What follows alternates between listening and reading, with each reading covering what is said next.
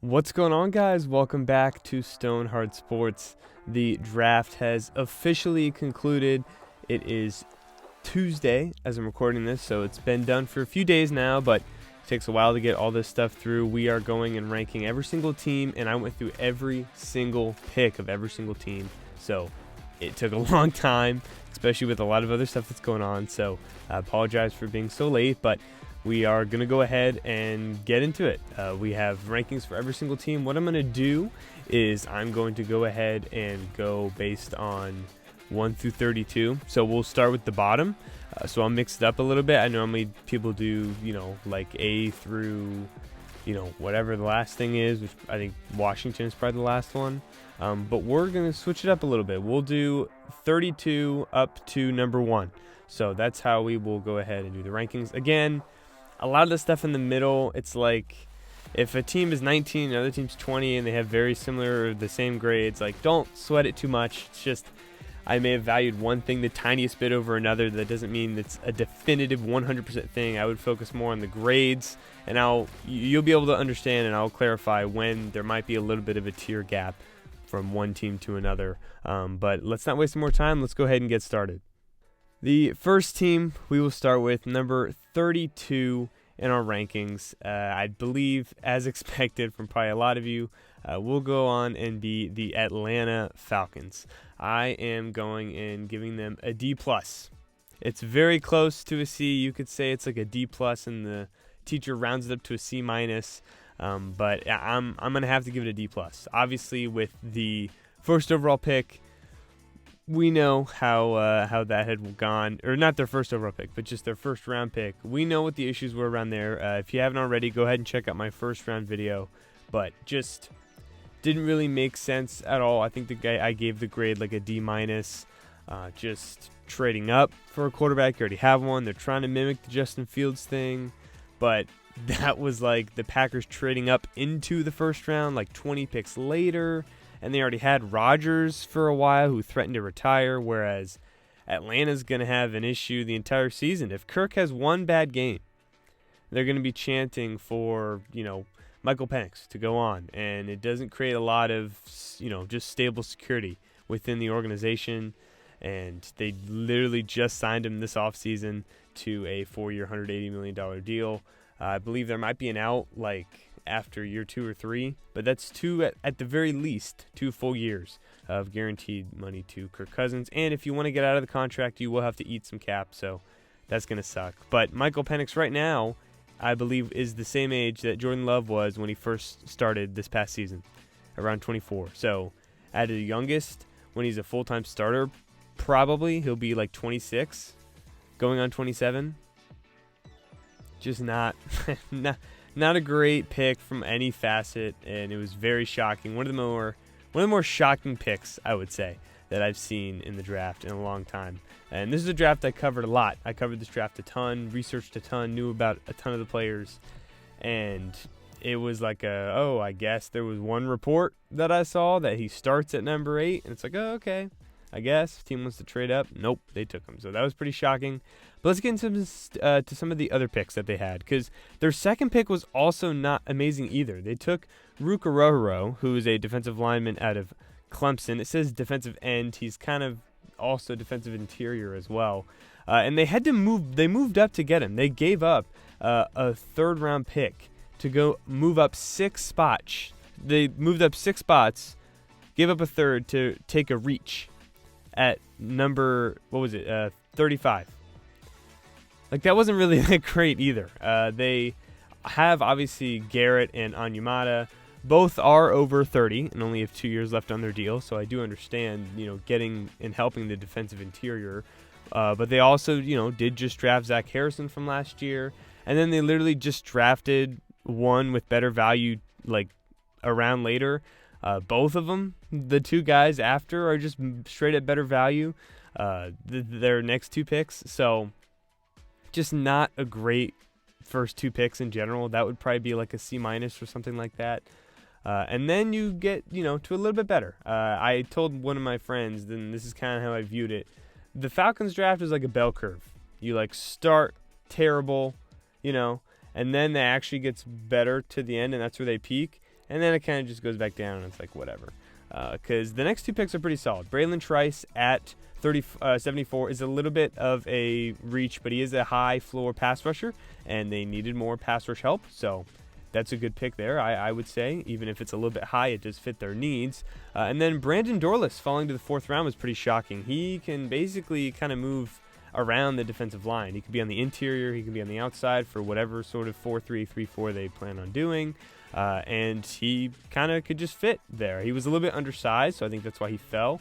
But even if he's not a superstar, I think at 109, that's great value. That would honestly be like an A-plus pick, with Braylon Trice being, if I had to give a grade, like a B-. And then after that, J.D. Birdland, rotational linebacker, that's fine. Probably like a C+, maybe a little bit high. And then like Jace and Casey, both, they tried to get weapons. Both of them, I believe, in the 6th round, which you're not going to bash a 6th round pick, but none of those guys really stuck out. I think there were a lot of receivers and halfbacks that fell, and that would have probably been better picks if they really wanted to go ahead and get weapons. And then Zion was not even really a draftable player that I saw from a lot of people, so if you want to give a 6th round pick an F, sure, go for it. I don't think it means a crazy amount, but it still helps you because, a lot of stuff, it's like if you can hit on some of those later picks, it might be pretty good. Obviously, they have their grades and stuff. I picked this site because I disagreed with a good amount of the grades here, so it'd be kind of interesting to see. I feel like a lot of the sites I saw paired more with a little bit what I had thought rather than NFL Network, but, that's why we do a video on it, so that'll be pretty interesting. But if I had to give it a full grade, again, I would probably say D+. I would say D+. Like a bell curve. I still can't believe the Penix pick. Rook, again, was a poor trade in a position that wasn't really priority number 1, in my opinion, because I think they needed a complete edge rusher like Trice is, and a little bit more like Dorlus. And, they did keep going on the defensive interior and just the D-line in general throughout the draft, which is good, but then they slowly kind of fell off with reaches on weapons. So we'll go ahead, D+, probably the worst draft of the NFL in terms of teams, but maybe Penix comes out and by the time he gets on the field he might be a stud. Who knows? That's kind of the only thing that's holding them up, at least slightly, with this draft grade. But D+ for Atlanta. Next for me personally is going to be the Jacksonville Jaguars. I have them at 31, and their draft was kind of interesting as well. They obviously, NFL Network seems to be pretty high on the Jags team. I would say, just for reference, around the middle is probably honestly like B+, because it's kind of hard to just bash on drafts because part of it is projection. So I would say around B to B- is like, yeah, okay, that's fine. I'll go in obviously to more and talk about how I feel about each draft, but around the 16 to 20 range was kind of B+. So A- would be pretty good, and then obviously there's A's and A+.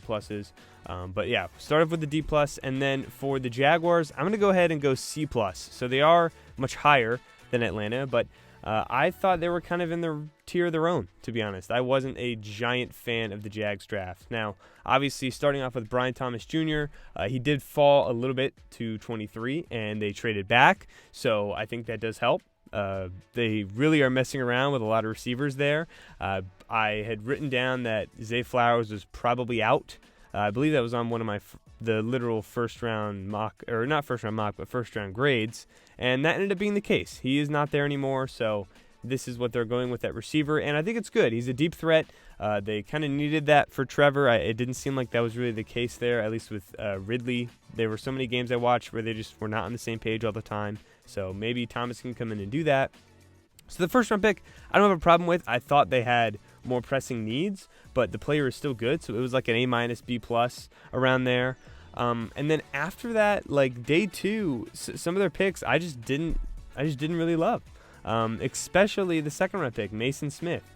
Number 48 is high. It's very high, and he's a project with great traits and upside as an interior pass rusher, but they have 3 different guys under contract for 3 more years who are all also interior pass rushers. So they're planning for the future, but like way ahead into the future, and they're doing it at number 48 for a guy who was even a reach to begin with at 48. So that's kind of like the Rook pick for me. That was kind of like a C-. Didn't love that one either. And then Jerry Jones, as a player, I do like. 96 didn't seem a little high, but he's a slot corner. He's, I think, a little bit overinflated stats based on like 2 really good games that he had versus Southern Miss and Northern Alabama. So that kind of pushed him up a little bit. But it's not like I don't like the player. It's just I would have liked an outside corner, not a slot corner, because they already have safeties who can come up and play slot. So I would have prioritized like a fully outside corner because that's still a potential need for them. And then they did pick it back up a little bit, I would say, with this pick. Javon Foster out of Missouri, he was a guy that we identified in one of our videos. That's like, I would say, a B-plus pick, like pretty good. He's older, but he has good size. He's consistent. I would say offensive line was a position that they could have prioritized with one of their first picks. And even if it's the 4th pick, it was good value, I would say, at 114. He still has to work out some stuff, but he won't need to start. He can sit behind for at least 1 year because Cam Robinson and Walker Little both have, I believe, 1 year left on their deal. So I think that's a good pick there. And then you go to Jordan Jefferson in the 4th round. This is like an F. I don't give many 4th round and below picks an F, but this was just terrible. I mean, I don't know. I don't understand why they took this player at all. Obviously, they just reached for Mason Smith there. Like I said, they were already pretty heavy at that position anyways. And Jordan Jefferson, for me, and I know for other people, potentially wasn't even a draftable player or was just a dart throw in the 7th round, and they took him in the 4th. Like, he had issues at the Senior Bowl where he was just out of character completely, getting demolished and not responding well at all. He's going to be 23 years old, which is obviously on the older side. Again, they didn't need interior defensive linemen, so just hated that pick completely. And then, other than that, it was nothing crazy. Demetrius Prince, he's a solid defensive back, and they definitely needed more. But I think they could have gotten, again, a better corner at this position. So not really the guy, but the position's fine. So that's like maybe a C-, a C. And then the other Texas running back, Keelan Robinson, at 167, didn't see on a lot of draftable player stuff. Seemed like he was not really someone a lot of people were prioritizing. So again, it's a 5th round pick. I still think you can get value there. So that's like a whatever, like a D. And then, Cam Little, good kicker, got in the 6th, that's fine. And then Miles Cole, why not?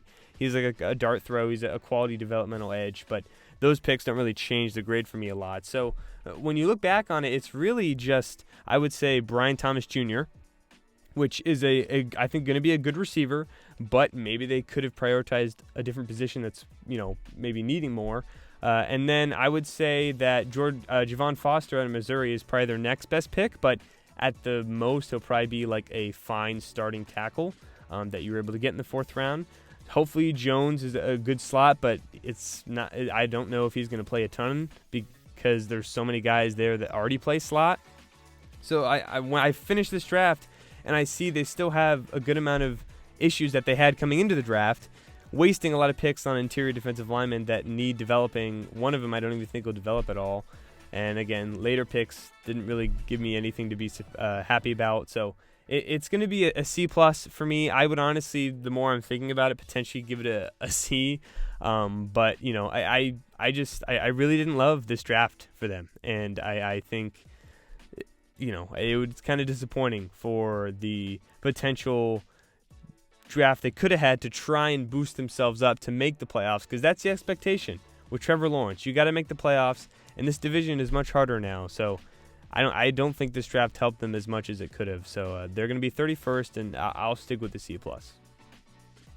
Next is the Tennessee Titans, and they're going to be 30th on my rankings, and I'm going to give them just barely a B-, just barely. You could say B-/C+. Maybe I changed my mind while I'm going over it, but I would say just barely a B- from what my notes had said. Again, we seem to disagree, me and NFL Network.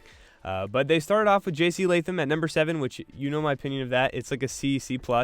I just don't think he was the second best tackle in the class, and I think they could have traded down and taken him or just taken somewhere else at 7. I think there maybe could have been a potential O-lineman that would have been better, like Olu, or if you trade down, you could take Olu and maybe go for Mims, who I thought was a better prospect in general. Just he's big, but he's not a great athlete. He's solid in the run game. Still wasn't amazing in run or pass, so I just wasn't a fan of taking him at 7 if he doesn't have elite measurables and he's not elite at something. And then at 38, I guess this is just a common theme for the bottom 3, reaching for a interior defensive lineman in the second round, and that was Devondre Sweat, because if you don't know, he obviously had some issues leading up to the draft. He had issues before, like basically his whole career, character concerns. Then he was like, hey, I'm going to go ahead, at least through the reports, we're like, yeah, we're going to focus on and do good. And then at the end, just recently he gets a DWI and is definitely going to need to be locked in because I would say that definitely dropped him down, at least to day 3 for a lot of people. I think even the character concerns would make him day 3, but I don't think he was even a second-round caliber player either. I think since his size is crazy and he's a good athlete for his size, that's probably why he went higher. But again, with the DWI, he's going to have some issues there, and he also is going to need some consistent conditioning. That was the one thing I heard a lot, was he's going to need to be conditioned. So it's a potential pick with character concerns in the high second round, and it's the second position you took, which I really didn't feel that was the need. And I feel like only if you're a team that has a guy that just fell and you're like, we can't pass this up, even though we have a lot at this position, which you'll see later because that did happen, obviously, then I don't see a reason doing it. And I don't think defensive tackle was the second, highest need priority thing for them, and Sweat was not a guy that was really going to be like, oh my god, we need to go up and get this guy or take him right now. And it's a coaching pick. It's a coaching potential pick with character issues, which is just really risky for their second pick and the early pick in the second round. And then after that, you had some solid picks, I would say. Cedric Gray out of North Carolina, that's like a B plus ish. I think it was good value there. He is physical. He can help in the linebacker position. Obviously, he's pretty balanced. I would say he's not great at anything, but I think he's just going to be good. And he's young. He's pretty young. I think he's 21, going on 22. So he can get reps right away. He's going to play a good amount. So I did like that pick. And then Louisville cornerback Jarvis Brownlee Jr. in the 5th round. Gray was a 4th round pick. I thought that was also good value. He's also a very physical player. He's probably going to help in the nickel. Not really going to be an outside guy, but their cornerback room is a bit crowded. So that was, again, maybe a kind of interesting pick, but I don't want to complain. I think it's good value. And then Jaquan Jackson out of Tulane. I actually kind of liked this pick. I like this player. I think this was kind of around the spot he was going to go. But he helps fill a potential slot role. Obviously, they have 2 receivers they paid, but using a 5th, 6th, whatever round pick on a receiver, that's totally fine, even if you have a lot of money invested there. He does have an injury history, so that is a bit concerning, but it's a 6th round pick, so it's not crazy. So I'd say all those would be around B+. And then the 2 other guys that got, James Williams and Jalen Harrell, both of them are solid picks, like a B, but I will say James Williams is like a safety linebacker hybrid, and then Jalen Harrell is like an edge rusher. I know it says 3 linebackers. I think they'll all play different positions. I think Cedric Gray is going to be Mike. James Williams will be slightly safety, slightly in the box, and Harrell is probably just going to play on the edge outside the tackle. So they'll play different roles. So the bottom wasn't really any bad picks. I think all of them could be contributing. It was more so the top for me in terms of value. But I don't want to completely diminish them because the players could be solid, I would say. But I just don't feel great about this draft compared to other ones. So we could go ahead and say B-, but just to be a little more out there and be kind of stamping my picks, we'll go ahead and say a high C+, like very high. So close to a B-, but if I had to pick one, I would say a C+ for the Tennessee Titans. Next at number 29 is going to be the Cleveland Browns, and it has a C+ here. I'm giving them a B-, so I'm a little bit higher with their picks, but it was kind of a quiet draft for the Browns. At least that's what I had gained or thought. A lot of times it's like, oh, I forgot they're picking. Obviously the first round they didn't have. Their first pick was 54 overall, but I would say it's a pretty quiet draft for them. They did take Michael Hall with their first round, not their first round pick, but their first pick. And obviously day grade 1, I think that was just at least for NFL's sake, that was just them not having a pick. But I would say Hall at 34 was higher than I thought he would go, but I liked him. I thought he was good. He was like the 5th ranked defensive tackle for me. He went a little earlier than expected, but he was the 7th defensive tackle taken because a lot of guys went early. So I think this is much better value than the 3 that we had just talked about before. But I think it's good, even if it's still a little bit earlier. He's young. He has very good upside. He's great in terms of, I think he can develop as a pass rusher, and he'll be solid against the run, but he could be good as a interior threat pass rushing towards not just Myles Garrett and Zadarius Smith on the outsides.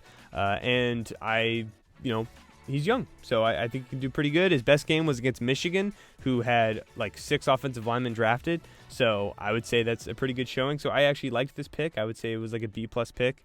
And then after that, it was all just fine. I think Zach Zinter was a bit too high at number 85 in the 3rd round, but he's solid. He's 23 years old. They help on the O-line, but I kind of would have liked linebacker there, some kind of linebacker around that position at least. Maybe a trade up, trade down, and grab a linebacker that's somewhere around there.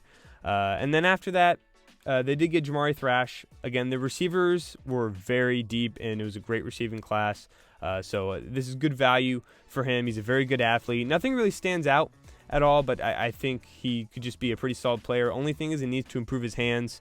So I was a bit lower on him than other people, but so was the NFL, so that's why he fell to the 5th round. So I think that's solid value there. And then they did end up getting a linebacker, Nathaniel Watson. Didn't really stand out to me, kind of just depth there. Would have, again, liked the linebacker earlier. And then they actually got a pick I really liked in Miles Harden. He was a cornerback out of South Dakota. He was pretty good value, I would say, for 227 in the 7th round. I think he could honestly potentially be their slot corner this year, or at least fight to get reps at slot corner, which for a 7th round pick I think is very good. He was first in the shuttle for the combine, so he's obviously pretty quick there in terms of moving horizontally. He's tough, not afraid to tackle. He doesn't have really long speed, so he's not going to be kind of on the outside, like going with guys. I think the nickel is going to be his best position. That'll be ideal in the slot, but he's probably going to be immediately the best tackling corner on the team because they don't really have a ton of guys there. So I think this is honestly a good pick to help shore up their, just defensive backs in general. And then Juwan Briggs is just more D-line depth there at 243. So I would say the Harden pick moved it up to a B- for me. It was kind of going around a C+, similar to what they gave it, but I do like the Harden pick, and I think it's great value there. So that's going to move it up just a bit to a B- for me. Next at number 28 is going to be the Buffalo Bills, and I'm going to go ahead and give them a B. They will be the lowest B. So we've, as you can tell, moved pretty quickly. D+, C+, probably another C+/B-, B-, and then we're going to go up to a B because it's hard to really knock because there's a lot of guys that we're projecting and stuff. So a lot of it was based on fit, but again, that's why I did the rankings. So at number 28 is going to be the Bills, and we're going to give them a B. And it's not necessarily like there was any like real bad picks. I think it was just nothing really stood out. But I don't think that's necessarily bad for the Bills because they lost a lot of guys and they kind of just needed bodies. So that's why they end up having a lot of picks here. But I think it could have been better, could have been worse. But I didn't think anything was really terrible. They obviously traded out of the 1st round 2 times, which was able to let the Chiefs and the Panthers go ahead and get receivers. So we'll kind of follow that there, but they then took Keon Coleman at 33, which I didn't think was bad. I would say that's like a B pick. He was kind of a confusing prospect for a good amount of people. I saw him very high, very low. I was kind of in the middle between the people that had him like much higher and much lower. I didn't want to completely hate because I didn't understand a lot of the arguments of like he was the fastest in the, gauntlet drills, but he was pretty slow in the 40s, so kind of maybe his game speed is just faster than his 40 time, which that is the case for some people. But I think there were potentially maybe issues they had with A.D. Mitchell, because that was pretty much the pick for almost the entire draft process was A.D. Mitchell to the Bills at 28, and they traded down, and I still think they would have got him. I would have had him going there even in the second round. So I think I was watching the draft with Mathis. He was streaming it on his YouTube channel, which hopefully that could be a yearly thing, and I'll join him for that, and it was really fun. Thanks to anyone who showed up there. But it was kind of like maybe they don't want another drama-filled receiver over there in Buffalo, so they get Keon Coleman, who's got a very good personality. But he's got good traits. It's not a bad pick. It's just we'll have to see if they take advantage of it, which I would say if I'm betting, I would hope they would, because it is Josh Allen, and I think he can help any receiver. But it was kind of interesting. Not going to go crazy or bad. I would say just a solid B there. And then at 60, second round, Cole Bishop. They did need help in the safety group, but I think this was a little bit of a reach. I think it was a little too early for a safety replacement. But it is a position of need. It's a high floor, so it's not anything bad. Dwayne Carter, good rotational defensive interior, a high floor player. Ray Davis, that was a good pick, good value there. He's going to be a good backup. He's got high floor, a good receiver out of the backfield, which Cook is not. So I kind of gave that one a B+, because I think they did a good job identifying a guy who could complement Cook in terms of more of a receiving back. Cedric Van Pran may have been one of their best picks in terms of just value. I would say that was like an A pick. He's like a high floor interior offensive lineman in the 5th round, which they needed. So I think that's good value for their weak interior line. And then the rest of them, I would say Javon Solomon was the one that I had kind of viewed as like, that was a pretty good pick. He has good length, can be inside or outside. He was productive. But Ulafosio, if that's how you pronounce it, I believe, that was a little bit of a reach. And it's a crowded linebacker room, but he does help with coverage and is a great athlete, so maybe they could develop him there. It's just he is a little bit older. And then they had, Tillen Gabriel, Hardy, Clayton. None of those guys really stood out. I'd say Clayton was interesting because he actually came from the international pathway program that NFL has, and he worked his way up to get drafted. So shout out to him. Maybe he has something there because he was drafted because he was a good athlete. So that could be another help to the interior of the offensive line. But again, some good value here and there, some slight reaches here and there, nothing crazy. So I would go ahead. I think a B fits more for the Buffalo Bills. Again, needed more bodies after the offseason, but they got a lot of high floor players. Maybe a potential star in Keon Coleman. We'll see, but I think the rest are going to be solid contributors after, losing a bunch of guys in free agency. Next, at number 27, is going to be the Houston Texans. And I'm going to have them at a B as well. They didn't have any, again, bad picks. I would say maybe just some slight reaches later. But they started off, again, they didn't have a first-round pick, which it says day one grade for them, I guess, because of the trade for the first round. They kind of view that, which, that's fine because it potentially obviously turned into what they had 2 picks in terms of last year with their second and third round pick in Will Anderson. So I understand the grading there, but we're focusing on this draft, not last draft. So let's go ahead and get grades for this draft, NFL Network, which I don't think is an A- personally. They started off with Kamari Lassiter, which was in one of my videos in terms of studs and steals. I did like him, so I think this is a pretty good pick. They did need more secondary help. He's, again, not really an athlete at corner, but he's very refined and just played phenomenally, at least in terms of my opinion. He's more of like a zone cornerback. And if they're playing man, I would say he should be a safety. So if he's used correctly, I think this could be a very good pick. I like Lassiter again. I hope he gets a chance and they use him properly, which I would trust. that D'Amico Ryans scouted out and know what they're going to use with him. So I'd say that's a good pick.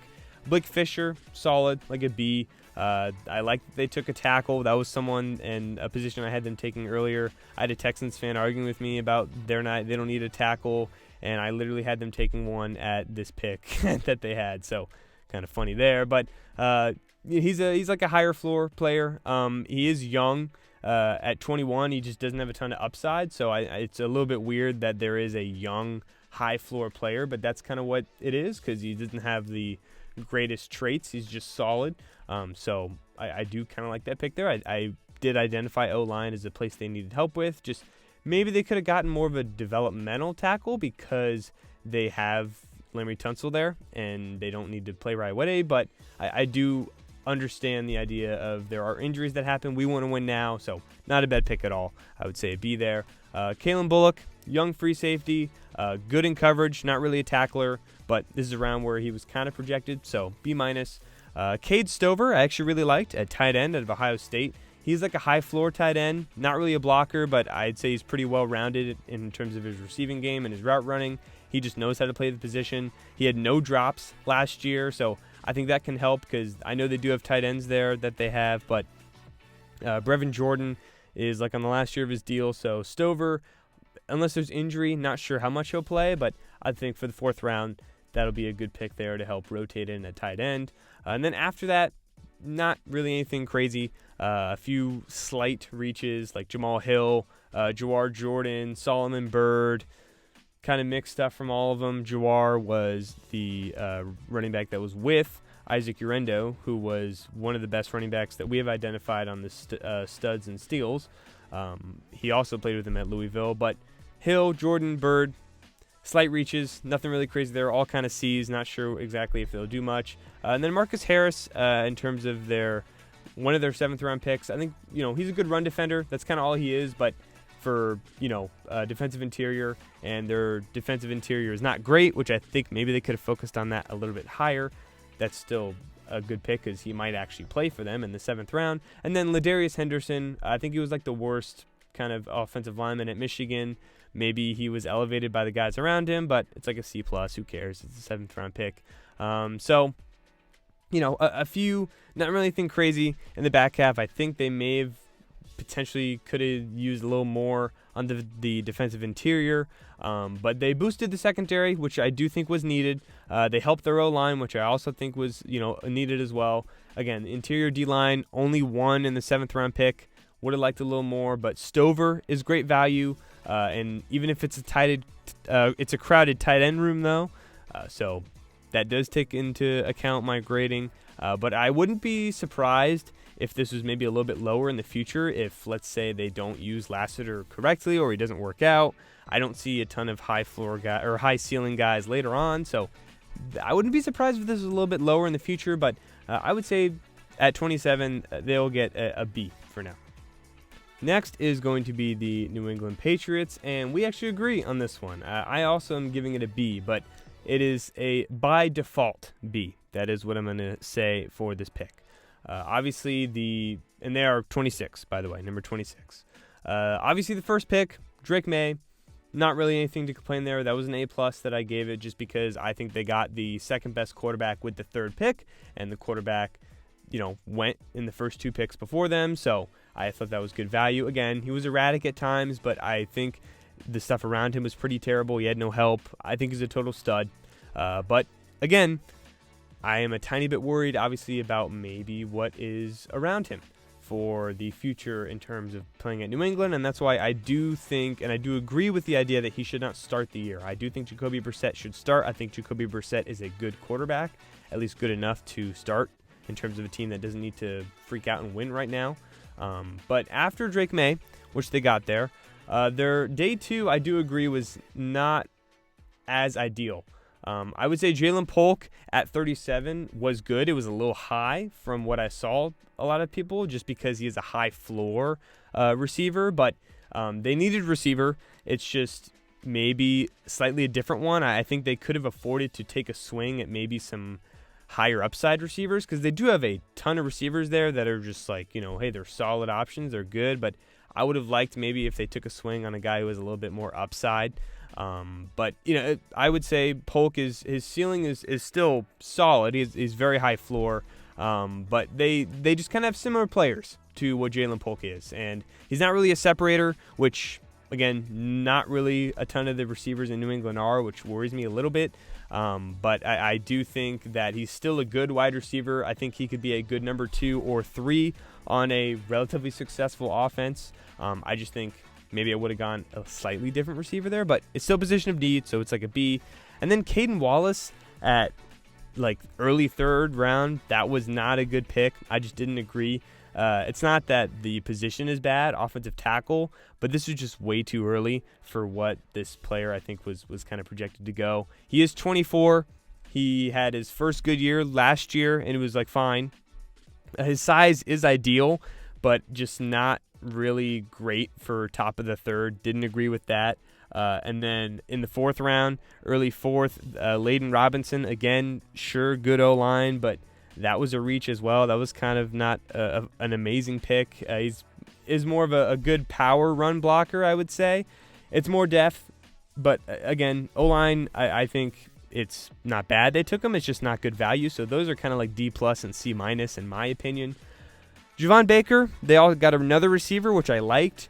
But I think he is a good route runner and he's smart, so I think this is good value. I would say in terms of comparing Baker's value to Polk's value in terms of where they're picked, I do think Polk is probably a better player, but I would say it's a little bit better value getting Baker at 110 compared to Polk at 37.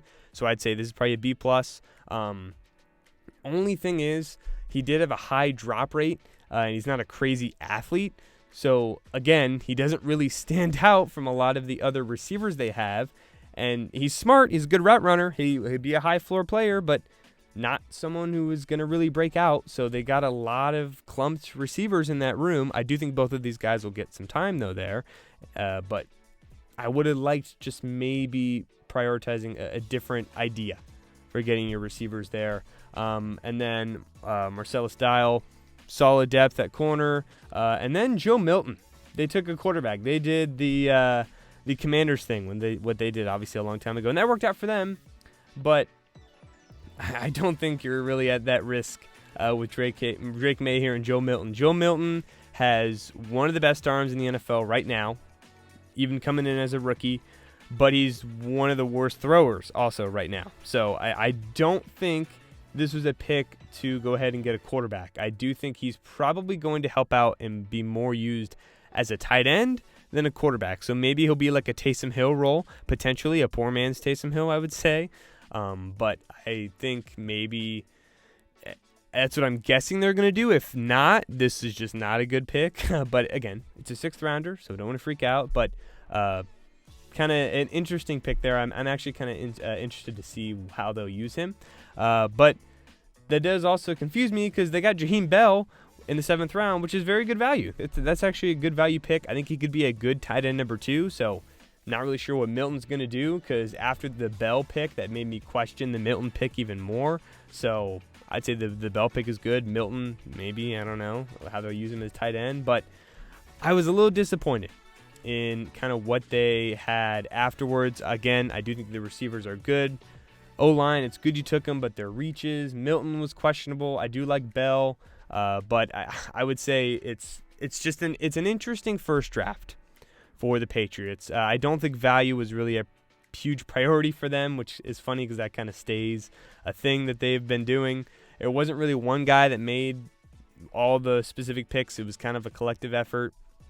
But I do think they get a good job trying to prioritize helping May, getting 5 just offensive weapons in terms of O-linemen, receivers, and a tight end.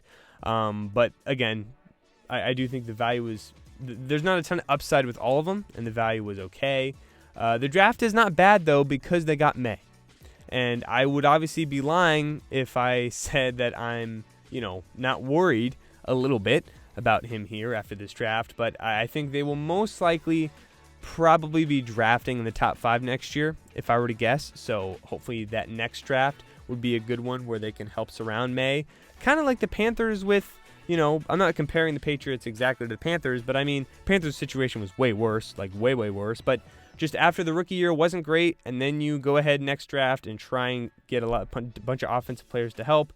They tried to get ahead of that with this draft, but maybe they should get more higher upside guys. I don't know. But it has to be a B because of Drake May. That's the lowest I can put it because I don't think it would make sense to have it any lower. But as a collective draft, I think by default we have to grade it that way. Obviously, the value earlier is more than the value later. But in terms of just trying to calculate it all, in terms of what I had gone through and calculating it and trying to get a relative grade, I would agree with a B here and number 26. Next, at number 25 is going to be the Miami Dolphins, and I'm going to have a what if B. It's going to be a B, but it's a what if B, and I'll explain what that is later.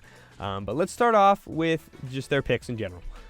Starting with Chop Robinson, this was a C for me. I'd gone over it in my rankings. It was one of the lower graded first-round picks. I think this was probably his ceiling at number 21 in terms of the highest he would go. So drafting a guy at their ceiling when it's later in the first, obviously not the best value there, but he's like a boomer bust, player. He's a crazy athlete. He just doesn't know a pass rush move that he has to memory. Just not really there. He just tries to beat him with his athleticism. And then they obviously traded for and paid Chubb. They spent a first-round pick on Jalen Phillips, and they are probably going to potentially pay him. I would have just looked elsewhere, personally, like the O-line, and I guess Xavier Worthy. Why not? I think that would have been a kind of an interesting pick as well. And then in the second round, they got Patrick Paul at number 55, which was like a B-. I came to like it a little bit more than I had thought when I first saw it. I thought it was like a C+. I think it is a B- there. Again, for me, I would say B-, maybe sometimes B, but probably B- is like baseline of like, don't have a problem, could have been better, fine there. That's kind of what I would say for just individual picks that I'm talking about. But I think he's probably going to need to redshirt his first year, which could happen in this system with the two tackles they have, and they did pay them, so I think this is more so for the older tackle, Teron Armstead. They're probably drafting his potential replacement. I would have looked at other tackles, but they did go high. Again, it's not a bad pick, though. So starting off, you're like, man, this is maybe one of the lower drafts. This might be where the Jags are around. And they just saved themselves. I don't think day 3 gives it justice. I think it should be A, borderline A+. Jalen Wright, 4th round, very good value. I would say that's an A-. He has all the makings to be a good full-time back. It just hasn't really gotten a lot of experience, and I think based on that, his vision is not amazing. But I think he could still help, especially right now with this offense. But it's good value. It is a crowded running back room. So it's like 4th round pick on a running back when you have guys there, but Mostert is probably gone soon. He's older, and A-Chain would still be there, but you still need 2 running backs clearly for this offense. And I don't think Jeff Morris or Jeff is I can't remember his name. You know who I'm talking about, the running back that they have there, but I don't think he's stopping anyone from drafting a running back. But they do have injuries. Obviously, A-Chain got injured last year. Mostert, this was like his first year he wasn't hurt. So I think it's a good pick. Muhammad Kamara, into the 5th round, great value. Not ideal size, but I think is going to be an impact player. Again, it's a crowded room. So it says linebacker. He's going to be an edge player, maybe slightly on the inside, but probably not. He'll stay on the edge. He's a big, powerful edge. Small in terms of size, but very strong. But he's a good athlete as well. Kamara at 58 compared to Chop at 21, I think that's just much better value there at 158, and he's probably going to be a player that plays for them. And then they got Malik Washington in the 6th round. That's like an A+. I couldn't believe he fell this far. He was a guy I really, really liked. I think he's going to be one of the best values in this whole draft by any team in general. He's undersized, but he's an impact player. He was on our Studs and Steals video. We have 2 of those. If you want to learn more still about some of these players going into the draft, go ahead and check out those 2 videos. But I think he's an immediate slot threat for them and going to be a returner. So I think that's great, getting a guy who's immediately going to contribute in the 6th round. Patrick McMorris, didn't really see as like a draftable player, 6th round, like a C-, but it's kind of whatever. I think maybe they probably should have got a defensive interior guy, because there was a good defensive interior player they actually liked that went right after, in terms of guys that were available. And then in the 7th round, they got Taj Washington at receiver, which I think is a very good pick here. He was very consistent. He's like your ideal 4th wide receiver 4, wide receiver 5. I think he can be with or above Braxton Berrios. So they got a good amount of picks there as well. I would just say if you're looking at the draft as a whole, they had me in the 1st round. It's kind of like that meme, like they had me in the first half, not going to lie, because they did, in terms of like, wow, this is not amazing. I don't love it. But day 3 is kind of where they made their money. I would say like 4 or 5. I'd say 4 out of the 5 picks in terms of just day 3 were some of the better ones by any team in general. So that's very good value there. And I think if they, obviously, I say what if in terms of the grades, because I think if they looked at maybe a Graham Barton in round 1 and then maybe traded up just a tiny bit for like a defensive interior lineman if they really wanted that, or a tackle if they really wanted that in the 2nd round, and you keep all the rest the same, just keep them all the same, this could have been one of the best drafts, to be honest. So I think they had a lot of potential here. But I think it lacks the value early for like planning positions. I think, the players could still be good, obviously, but I just don't think the value was just not as guaranteed as just a lot of other teams. And obviously the 1st round and 2nd round holds a good amount of value, but I will say I like the later round picks.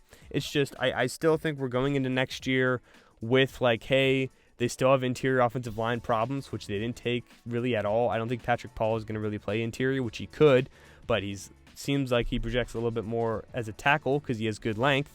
And they got great weapons, but were we complaining about the Dolphins' weapons? I don't really know.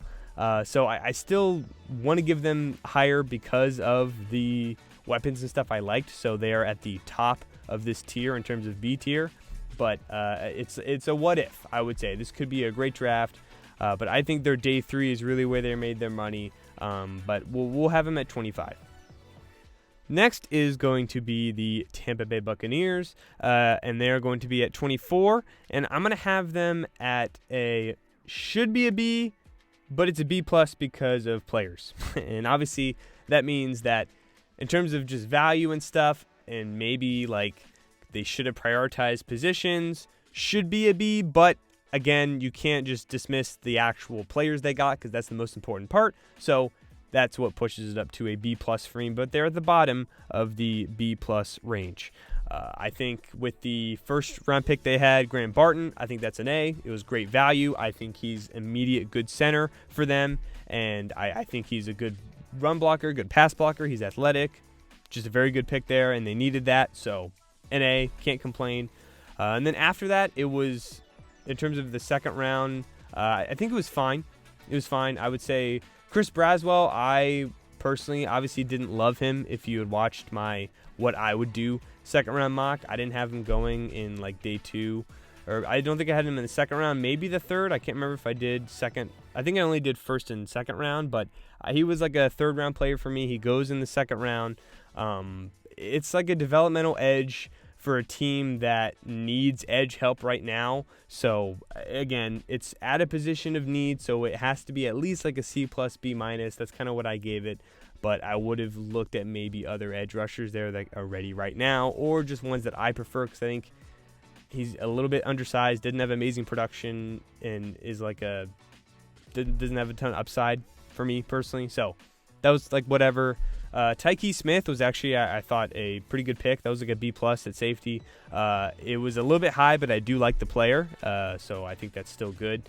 And I think he's going to fit perfectly as like a 3rd safety with, they do have obviously Winfield and Whitehead, but those guys move around a ton, and so can Tyke Smith. So they can all do like a triangle in terms of like 2 are back safety, 1 play, 1's in the box, and they could like rotate there, because Tyke Smith could also do that. So I think that's a pretty good pick there. Washington's Jalen McMillan in the later 3rd round. That's a B+, I would say. They needed a 3rd wide receiver, and I think this is just a very good spot to take one. It was a good deep receiver class. Obviously, he was injured for majority of the year, so maybe if he played, his stock would have been higher. So this could be a pretty relatively high upside pick, but he's going to fit in. He's like a hybrid outside slot receiver, so I think him swapping with Chris Godwin is going to be very good. And he can go all three levels. He can go deep, short, medium, just doesn't have the ideal size, so not going to get as many targets, I would say, but I think he does fit in as a good wide receiver 3 there.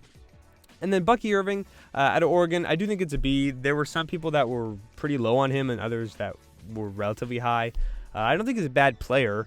I think he's a good complement with a back who can catch, which, that's pretty solid, I would say. That's fine, but he is a smaller size, so maybe they could have gotten a better complementary back to White, because I think both of those guys are relatively similar, or maybe just draft someone if they really wanted to get a running back, draft someone higher who could just straight up start over Rachaad White. So that was kind of interesting there. And then after that, didn't really see a ton of value. Elijah Kine and Delvin Culp, not really anything there that I saw in terms of good draft players. So those are like C's, it's whatever. So not a ton of crazy value at the bottom, which is why it's not as high. But I do like Barton. That's definitely their best pick. And I think Tyke Smith and Jalen McMillan could play solid roles there. But I do still think they had a lot of like sneaky needs that I didn't think a lot of teams don't really, or a lot of people don't really understand or realize. Again, it's a solid draft overall, but I think they still have more needs than people think. And like they didn't really get a corner at all because Tyke Smith's like a safety. I didn't love Braswell as early. Probably could have needed even more interior offensive line help than just Barton. Again, it's not a bad draft because they did get Barton and other guys, but I would say it's a B. It's a B and or B plus. Sorry, it should be a B in my opinion, but can't deny the players they got, so it'll be a slight B plus.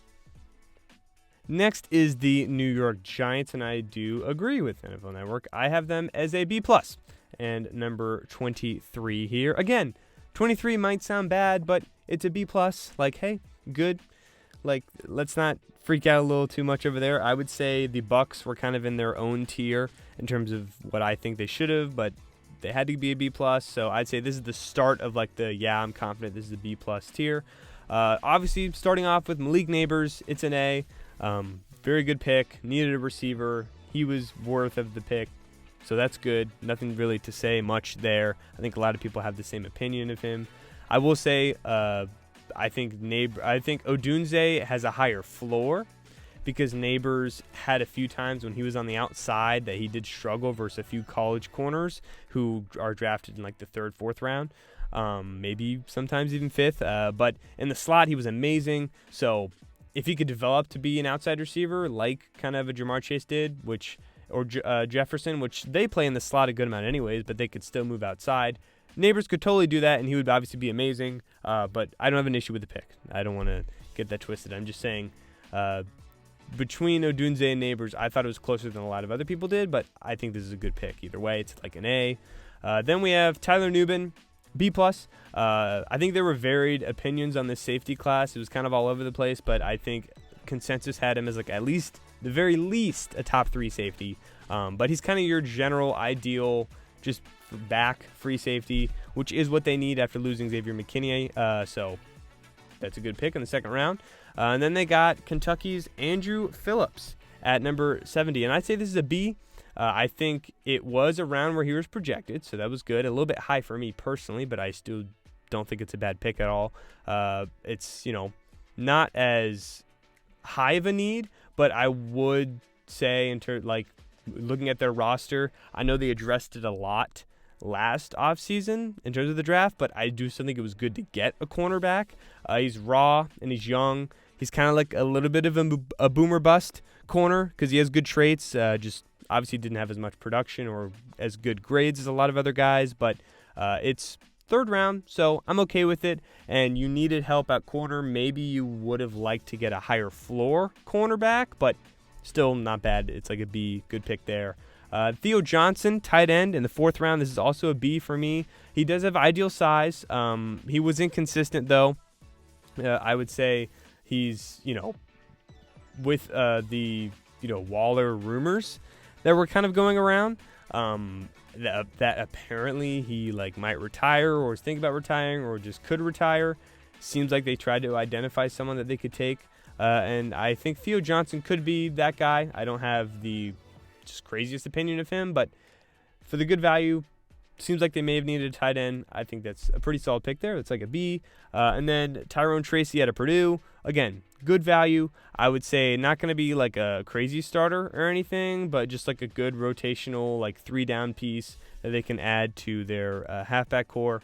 So that's actually pretty good value for where they got him in terms of the 5th round. And then Darius, linebacker, that's like around where he was going to go. Just rotational guy, depth. It's like a B-. But again, not any bad picks. Nothing that stands out. The best one obviously was Neighbors, I would say. Lower on, Phillips could be higher, but I do have to take into account like the risk reward there in terms of high ceiling, low floor. But it is 3rd round. Do still think maybe there were some stuff they could have had. I think, the only thing that I really come away with this draft thinking about is like, what if the Giants got a quarterback? With J.J. McCarthy, but specifically Drake May. Is like the Giants, they tried to go after Drake May. They gave up what they were comfortable with giving up, but they couldn't do it. So they stayed safe or they stayed at their pick, and they went with Neighbors, which was what a lot of people had them going, but they were rumored to go JJ, and all the stuff was just a smoke, clearly, because they didn't take JJ at 6. But I think we'll see in time if it was the right pick, because obviously I think the head coaching I do love, but I wouldn't be surprised if they disappoint again and maybe he's on the hot seat. I don't think he should, because I do think Brian Daboll is a good coach, but they're probably getting a quarterback next year. They probably are, which I think it is good that you go ahead and get Neighbors and guys like that. I hope that he has the security from the front office and from the owner, like, hey, if we don't do good this year, let me get a quarterback next year, because I think that's probably the reason they didn't take one, is because they are probably like, hey, we're potentially looking at next year depending on how we do. I don't think they'll be that bad, but again, it's kind of a thing that we'll see. I still don't think this is a playoff team, in my personal opinion. It's not really a draft that like pushes you to the playoffs, but it's not a bad draft. Again, we'll see where they are, maybe in place for a potential new QB next year. But for right now, they're at the bottom, I would say, of B+, and they're going to be at number 23. At number 22, I'm going to have my favorite team, obviously, if you don't know, the Carolina Panthers. And I'm going to go ahead and give them a B+ question mark. B+ question mark is what I'm going to have the Carolina Panthers. Again, I'll explain all that stuff later. Starting off with the first overall pick and first round pick for Carolina, it was Xavier Legette out of South Carolina, receiver. That was a position that they did need. Again, we kind of know the stuff with him. He's bigger. He's a good deep threat. Probably one of the best receivers over 10-plus yards in college last year. Doesn't get as much separation, but he fits a hole that they had, because while I did think maybe guys like Ladd McConkey were a little bit better, or Ricky Pearsall, they didn't need that kind of receiver. They have that with Deontay Johnson and Adam Thielen, so it made sense to take him here, and they get the 5th-year option, so that boosted up a little bit for me to an A-, but B+ would also be good as well. I'm kind of going back and forth between those, but position of need, and I think it fits with what they needed, and I think the receivers were just very, just super varied in terms of their rankings aside from the top 3, and I think Brian Thomas Jr. was kind of solidly number 4. So again, still don't think it's a bad pick. I think it's very good. Then we have running back Jonathan Brooks out of Texas, and this one kind of shocked me when I saw it happen. It was in the 2nd round. He was the first running back taken, which I think I saw Trey Benson being the number 1 running back for a good amount of people, but I think that's only because Jonathan Brooks is injured. But with this being the case, with him being injured, I think this is a very good spot for him, because this is a team that's obviously not trying to go out there and win a ton right now, and he can come back fully healthy. There's no rush to get him back out there, and they have Sanders and Hubbard, who he can sit behind, obviously, and go and play in spurts and slowly work him back there. They did trade up for him a little bit after trading down in the 2nd round, but I think this is one of the better places he could have gone, to be honest. I still think it's like a B+, A-, just because of maybe other positions were more valuable, but they want to try and take some risks, get some high-value players there that could end up being really good, so I do like that for them. Then round 3, Trevin Wallace. Didn't expect this pick either. I would give it a C+. I come to like it a little bit more. In the moment, I hated it. But I think more that I think about it, it does make sense. He's an athletic, raw, young linebacker, which in terms of linebacker prospects, a lot of times it's like, you don't always get just like they're crazy athletic, they're ready right now. Because the linebackers play a bunch of different roles, and it really depends on your defense. But there are a good amount of linebackers that end up, coming out into fruition later on in their career because they spent the first 2 years or so just developing. If they're a very good athlete. So it seemed a bit high, so that's why it's a C+. But it's not as bad as I had thought because he is a very good athlete out of Kentucky. And then in the 4th round, starting off, I believe it was the first pick in the 4th round, Jatavion Sanders. Awesome pick. I was texting with Mathis. This is the guy he wanted, obviously, from Miami, so it was kind of a fun little troll there that the Panthers took him. But even then, anyone getting him at 101, I think is great value. That's like A+. Panthers needed a true tight end. Hayden Hurst is not really a true tight end, and I don't even know if he'll play at all, which means Tommy Tremble would be there. I don't think Tommy Tremble's a tight end number 1, so why not? If he's available, it's good value. Getting, Bryce more weapons, which as you can tell, that was kind of their main thing here. I'm not going to complain. And then they had, nothing crazy in the end, but Chow Wade Smith is a corner. I thought we would have taken corner maybe at 72. But, it was, again, would have been a little bit higher for me in terms of positional value, corner, but this is a fine, good developmental cornerback in the 5th round, so nothing to complain there. Jaden, defensive end, around where he was going to go. Didn't see a ton of stuff, like, in terms of what he potentially be, so that's like a B- C+. But then Michael Barrett, or Michael Barnett. Barrett, sorry. Mispronouncing names already. Michael Barrett, he was a linebacker out of Michigan that was kind of a little bit shocking that he fell in the 7th round. And I think it was a good thing that worked out for them because he's way more ready right now than Wallace is. So I think he could play rotational like linebacker 3 right now, and Wallace could develop and then eventually go ahead and play when he needs to. And boom, getting a 7th round pick that could potentially play snaps for like the next 2 years or so. He's not going to start, obviously, because he's not a great athlete, but he was very refined. I think that's good. So that made me like the Wallace pick a little bit better because they did get insurance with Barrett later on. So I'm going to go ahead and give it a C+. Seems like a lot of people were much lower than I was. This is one of the higher grades. I saw like a C, C+, obviously B here. I just think they did what the biggest thing they needed to do was, which was fixing the offense. And I respect it. I think they went not overboard, but they did way more offensive picks and just stuff than I would have. But I don't think you can really complain, especially if you watched this team or knew this team for a while, because that was their biggest problem. Now, this could be, I think, probably maybe the biggest just flip offensively from one year to the next by any team in general, just in terms of the personnel that's there. But I'm not really sure why others are not too high. In terms of the trade, they also, when they traded down for Brooks, they traded back up, and they got a 2nd round pick next year, which they don't have from the horrendous, at least I'm saying horrendous because even if Bryce Young becomes good, the value is not worth it at all. The trade with the Bears, they didn't have a 2nd round pick next year. That's the final pick of it, and they go ahead and get that. So I think that also helps it a good amount as well. So that's why I'm going to have a B+. But I will put a question mark just because I do understand maybe some people being like, hey, you didn't get this or that with corner. But I do think the idea of like, hey, we need to help Bryce Young. That's number 1. He had nothing last year, absolutely nothing. Only Adam Thielen, who was an open slot receiver occasionally when it was 3rd down or just early downs. They were basically saying, yeah, we'll let you throw to Adam Thielen for 5 yards on 1st and 2nd down, whatever, or 4 yards, but you're not getting this first because we're not letting anything deep, and you have no one that can go deep anyways, or anyone who can get open. So that's the only thing I worry about a tiny bit is the receivers in terms of no one's like a very good separator. So that does concern me a little bit, but I do still think Bryce Young is a good quarterback. I don't think he went number 1 overall and is going to be a complete bust. I think he had the by far worst situation of any quarterback.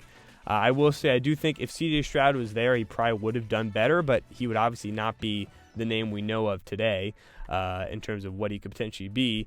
But this is a much better situation. obviously defense took a big hit, and they didn't prioritize defense a ton. They did with Wallace at linebacker, but linebacker wasn't the number one issue, so it's going to prohibit them from winning a ton of games, but they'll get progression. I think this draft was pretty solid for them, so in my opinion, I would say a B+. Next is the Green Bay Packers, and I'm going to give them a slight B+. I'll give them a slight B+. This is a very interesting draft. This is one of the more interesting drafts, in my opinion, from a team, which is weird because normally they just have boring stuff. But if you follow the draft a ton, if you don't follow the draft a ton, you'll be like, what are you talking about? If you do, you'll know what I'm saying. So I'll explain it to you right now. First, though, starting, going from top to bottom, Jordan Morgan, I gave it a B. I think people were, obviously you saw them, the fans clowning that one Packers fan. They were upset. They're just casual fans. They don't know any of the players. They have no clue at all. It's like the same thing. I always bring it up when the Cowboys didn't draft Johnny Manziel and they drafted Zach Martin. Oh no, what a terrible pick. We don't know offensive line because we just don't follow the draft at all. Yeah, that's kind of the thing there. Not saying he's going to be Zach Martin, but in terms of them getting, I don't know, if they wanted an offensive player or something like that. It's a good pick. He's not going to be a star, but I think he's going to be a good tackle for them, which I do think they needed offensive line help. And then in the second round, their 2 picks in the second round were pretty awesome. Edrin Cooper out of A&M, he was the first linebacker taken, but he fell a little bit farther than I would have expected. And he fills a linebacker need for them that I think is very real. I think it may be the tiniest bit too high if you want to get super like, okay, where exactly should he go around there? But I do think I would have thought at least there would have been a linebacker drafted around there. But actually, no, maybe I'm mistaken. I think Junior Colson may have been drafted somewhere around there. I totally forget. We'll get to the Chargers later. But it was a good pick. Linebacker fills a need, like an A- pick. And then Javon Bullard, also like an A- pick. They needed, I think, safety help for sure. This is like right around where he should have gone. He's going to help fill that second safety role over there. So pretty great start for them here. And then Marshawn Lloyd in the third round I thought was good as well. This is like around where I thought he should have gone. Maybe a tiny bit lower in terms of like getting maybe a little bit of a steal. Not a super steal, but maybe a little bit lower than he was projected. And I think Dillon is probably gone after this year, so he can go ahead and help fill in that running back role. I know that Daniel Jeremiah was also very high on him as well. And then they end off the third with Tyron Hopper out of Missouri. He's a good athlete. He's raw, but that's like a reach. You just took Edrin Cooper as well. And then in the fourth round, Evan Williams, safety out of Oregon. I guess, yeah, they needed more secondary depth, but they just drafted a safety. That's what he is. That's also just a reach at 111 there. And then in the fifth round, Jacob Monk out of Duke. Maybe a backup. Not a good pick there. That's like a D. So it's like, what the heck are you? That's like just 3 picks in a row. I'm like, what the heck? And then, Keaton Oladapo out of Oregon State. I would say that's, again, weird because it's another safety, but he is a much better pick than Hopper at 91. So that's like fine. Travis Glover, better tackle depth, sure. Michael Pratt was actually a pretty good pick because I'm surprised he fell this far. I did not think it would be a 7th round pick. I think this is an immediate solid backup quarterback in my opinion. So take that with what you will in terms of grading it. But just value-wise, I think it could be an A, but he's obviously not going to give like A-level, production for them or value in terms of on the field because you obviously would want Jordan Love. But anything can happen, and I think it's a good value getting a backup quarterback in the 7th round. And then they took Kalen King, who is one of the more interesting stories because he had a great 2022. He was like awesome in 2022, and he was like a projected first-round pick by consensus. 2023 was horrendous. It was awful. He was lost everywhere. He had a horrible Senior Bowl. Combine wasn't what you would have thought. And it's a 7th round pick. Why not? But, I think they're a little worried from the last King name corner that they had. And this will probably fit into that. But it's a 7th round pick. Whatever. So, besides Pratt, who I think is a good value there, Oladapo and Glover are, not bad picks. But the middle was just not it. I think the day 3 grade is being propped up by the later guys. Like, that stuff in the middle and Hopper just did not like at all. But Lloyd, Bullard, Cooper, Morgan, all those guys are probably going to help produce. So at the end of the day, it can't bring you down a ton. So I do have them at a slight B+ because I do think I at least want to punish them a little bit for just the value they had in the middle. But I think, unlike NFL Network, I do want to push it up a little bit just because if I'm looking, it's like, hey, they got Morgan, they got Cooper, they got Bullard, they got Lloyd. Like, you got to put it a little bit higher because these are going to be players that are going to be helping them on the field right now, which is what they need. But I do still think maybe there were other positions that they could have looked at. But, it was kind of interesting. The beginning was, pretty good. Middle was just complete reaches. And then they kind of smoothed it out in the end a little bit. And that, in my opinion, all goes together to give them a slight B+ and have them at number 21. Next is going to be the Baltimore Ravens for me. I'm going to have them at number 20, and I'm going to give them a volatile B+, and that is in both ways, in terms of potential up and down. So that's why I have B+ there, but it's a volatile B+ for sure. And that starts with Nate Wiggins. I think was a good steal at number 30 overall. Late first round, he's projected a little high. I know a lot of the corners did fall in the class, but I think he fell because he does have injury concerns, because he is just much lighter in general than you would like a corner to be. But when he was on the field, he was arguably one of the best corners in college. So I think at 30, for a team that could have used another one, I think it is good value. And then after that, none of the picks, like in terms of the middle here, second round, none of the picks were bad. Roger Rosengarten at 62, I know people like Mel Kiper had him pretty high. I thought that was a little bit of a reach, in my opinion. Seemed pretty high for him. I think he was kind of thrown in of like, oh, he's Washington tackle. Like, they were great. He was good, but, I think that was a little high. I would have preferred somewhere later third maybe, or slightly mid-third. But, two offensive linemen did go after, and they were, worse. So I think looking at it that way, it's also still a position that they needed. So I do think positionally it's still a good pick. Then Adisa Isaac at 39 or 93, third round pick. He has high floor. He's a good rotational player. That's like a B. I think they are trying to make up for edge rushers. And, I think he's probably going to help play right now. Don't know how much consistent or like high tier production he'll get, but he's a rotational guy, third round. Tez Walker, receiver. I know a lot of people, had liked this pick in terms of just liking him in general. I'm going to give it a B-.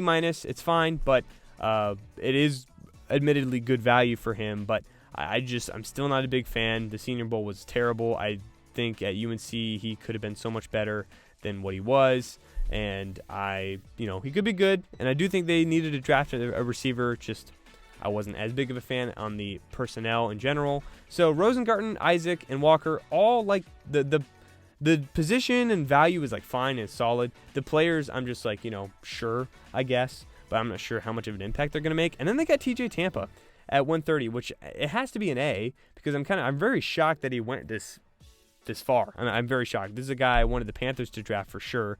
They got Sanders, and then they got the linebacker, which, it's fine, but I guess he's falling because of his potential speed or just long speed in general and athleticism, but he still was pretty good there. He was, again, a little bit like a mystery, but why not at fourth round? I think that's good value. Only thing is, I do think it's, like, hey, your first two picks were like defensive backs when you do have Humphrey, but Humphrey's also injury prone, and I think Tampa was potentially like a, hey, he's here, we got to take him, and they could also look at it as like, Wiggins does have injury issues, so this is a good insurance plan for him. And then after that, day 3, it says an A. That's probably just because of Tez and TJ, because Rasheed Ali, whatever, it's fine. That's just a little too high. Devin Leary out of Kentucky, I didn't really think was a fully draftable player, and they got quarterback. I guess they needed a backup quarterback. I thought they would have maybe gotten someone who's maybe fits Lamar Jackson a little bit more. And then Nick Samak out of Michigan State, that's like a C-. Didn't really seem like a fully draftable player to me. And then Kane out of Purdue, didn't really see a ton of stuff on him at all in terms of being a draftable player. So if you want to give a D to a 7th round pick, fine. But it's, again, not a big deal, but didn't really see a ton of value there from rounds like 5 to 7. And then the picks that were there, I think Wiggins and Tampa are good, and they will help. and the guys in the middle are positions they could have needed, but the personnel I didn't love as much as other people.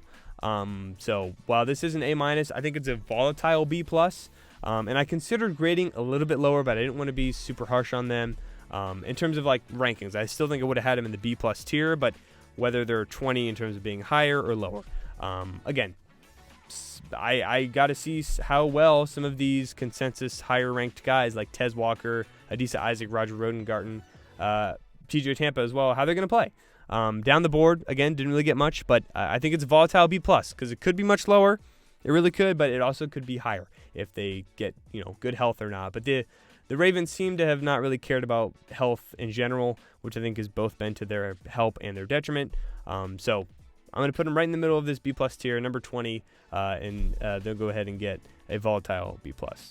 Next is going to be the Dallas Cowboys, and they have them at an A-, which is one of the highest that I had seen, but I'm going to give them a surprising slight B+. That's what it is, surprising slight B+, because watching it, I didn't think it would be as high as what, going back, I had actually thought it would be. So they're going to be at number 19 for me. Starting off early, they got Tyler Guyton. It was like a B- for me. They did trade down, so that was good. The Cowboys needed O-line.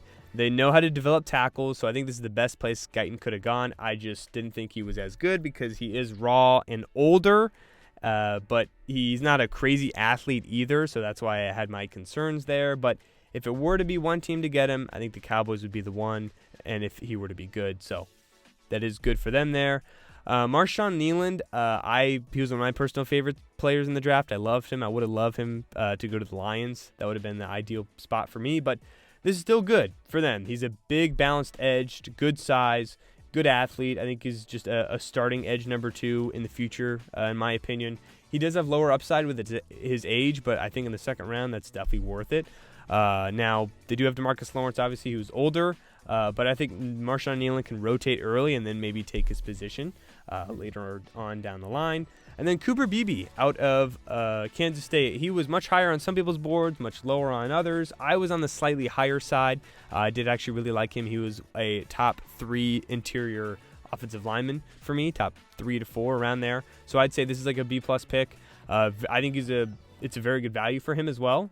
He's a very good player in my opinion. Very fast, agile. He, is still like 332 pounds. So that's pretty good being that big and being able to move that well. And he's also smart. He's played 3 years. He's experienced. Not really a run blocker though. And he, hasn't really played center at all. And that might be the position he plays because their guards are pretty set with Tyler Smith and Zach Martin, obviously. So maybe he could help learn center. But I do still think he'll get in there somehow because I do think he's a good player and they'll be able to rotate him in with Zach Martin maybe getting older. And then the end of the third and then the 5th round pick they had. End of the third, Morris Luafu. Didn't love it, like a D. This is like a special teamer in the 3rd round. He does have higher upside, but a special teamer in the 3rd, don't really love it in my opinion.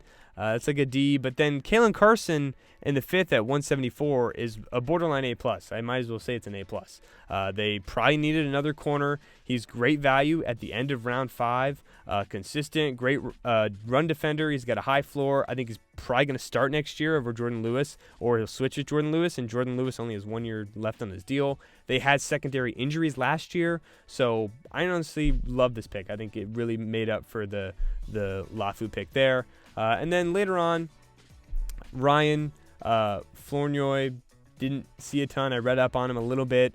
They do need depth at receiver. He does have solid hands. He's a good athlete, so this could be a pick that maybe is better than I anticipate. So I did give it like a B- around there. I didn't want to hate on it too much.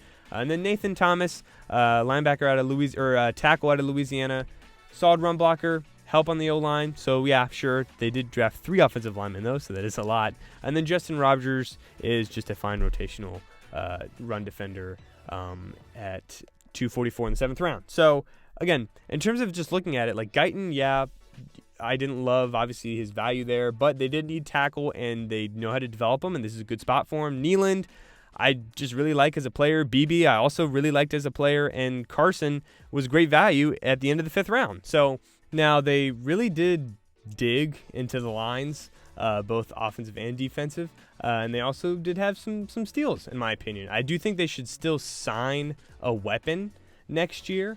Or maybe that'll be kind of someone that they get really high in the draft, because I do think Dak's success comes a good amount from that. But I also think it comes in part, obviously, from the consistent line that they have had on offense, and having a good defense around him. So if they can keep those two things there, I think with that being their primary focus, that's kind of what it's always been, they could still succeed. But yeah, I don't think it's necessarily an amazing draft or a bad one, but it was better than I had thought watching it. So I will say surprising, slight B+, and it'll be 19 for me. Next is the Seattle Seahawks at number 18, and I'm going to have them at a thing that could be an A-, but feels more like a B+. Starting off, they got Byron Murphy, which was good value. It was best player available for them, basically. They did have, I believe, Leonard paid before, but I think he could still play a ton. Byron Murphy can, and then they have great value as a pass rusher that they got here, and he's good versus the run, could easily play like 3 down, so that's a good pick there.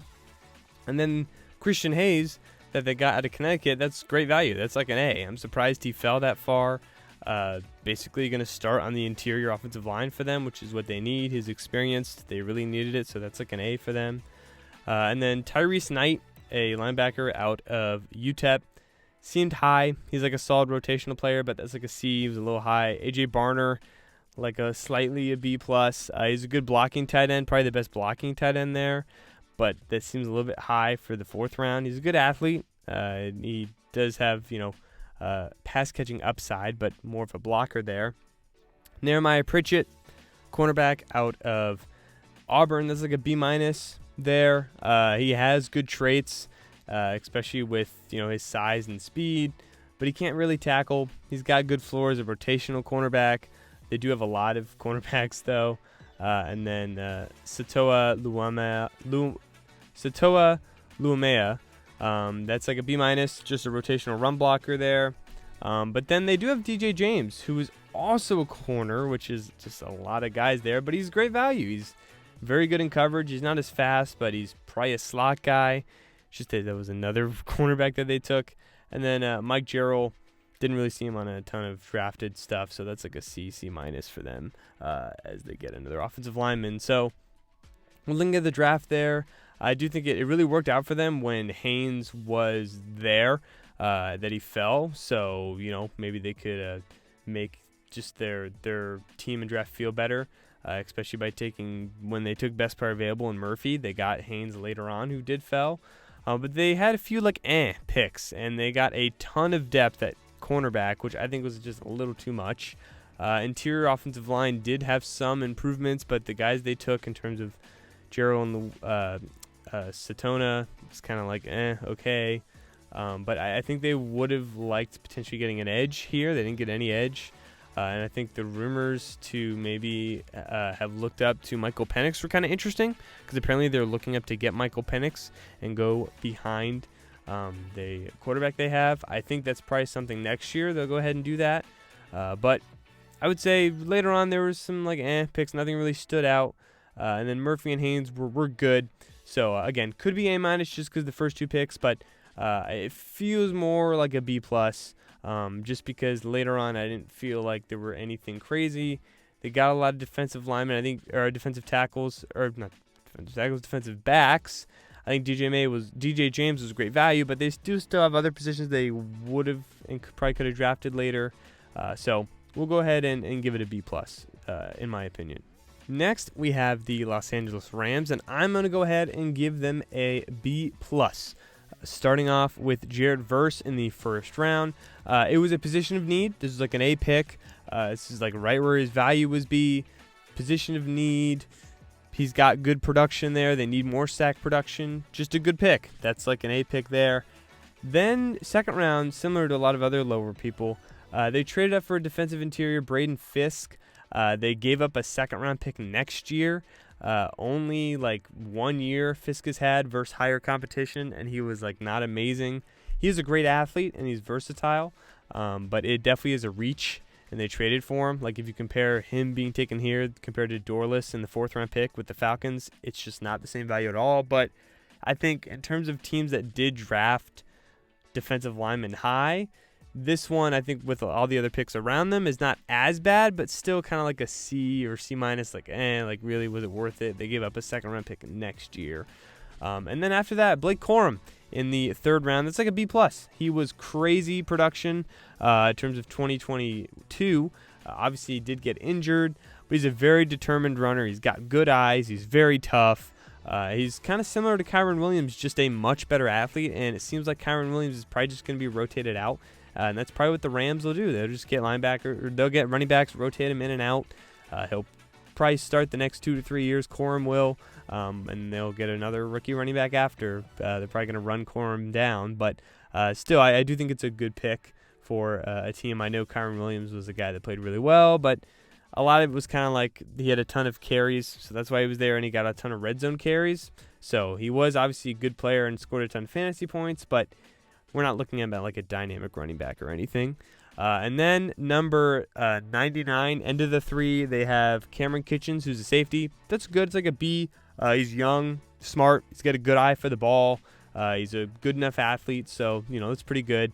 And then Brennan Jackson in the 5th round. We take a jump there. They had a lot of the later round picks. He's like a B minus, balanced, average rotational edge. Tyler Davis in the 6th round, I actually like. He's a B plus. I think he's a rotational run stuffer at nose tackle, and I do think it's good value to have him there. Joshua Carty, they got a ticker at Stanford. That's like whatever. It's fine. Didn't see a ton of stuff about him, like a B plus or B minus. And then they got Joshua Whittington. Again, that's fine. Like a 6th round pick, like a B minus. He was injury prone a lot, but he is a slot receiver, and he's a good athlete. And then the last 2 picks were honestly what pushed them over almost to an A minus. It was close, but that's why I have them a higher B plus, because they got Bo Limmer and KT Levinston, both interior offensive linemen, both in the one in the 6th, one in the 7th round, and both of those are like A. Bo Limmer is like an immediate backup right now with starting potential. He's a great athlete. His best game was versus Bama, versus a lot of good defensive linemen there, so that's just very good. And then KT Levinston was good at Kansas State. He's a good playable depth with length in round 7. So both rounds 7 and 6, they got potential guys who can help play right now in the offensive line. Again, offensive line is not priority number 1, but I just still think it's good that they got good contributing players that late. So that's why I am going to have it up to a B plus here, like a little bit higher than, but they're going to be ranked 17. Next is the Washington Commanders, and I'm going to give them a B plus because of odd decisions. I think it could be an A minus for sure, but I'm going to have them right in the middle, and I'm going to go ahead and give them a B plus due to different odd decisions, which we'll get into later.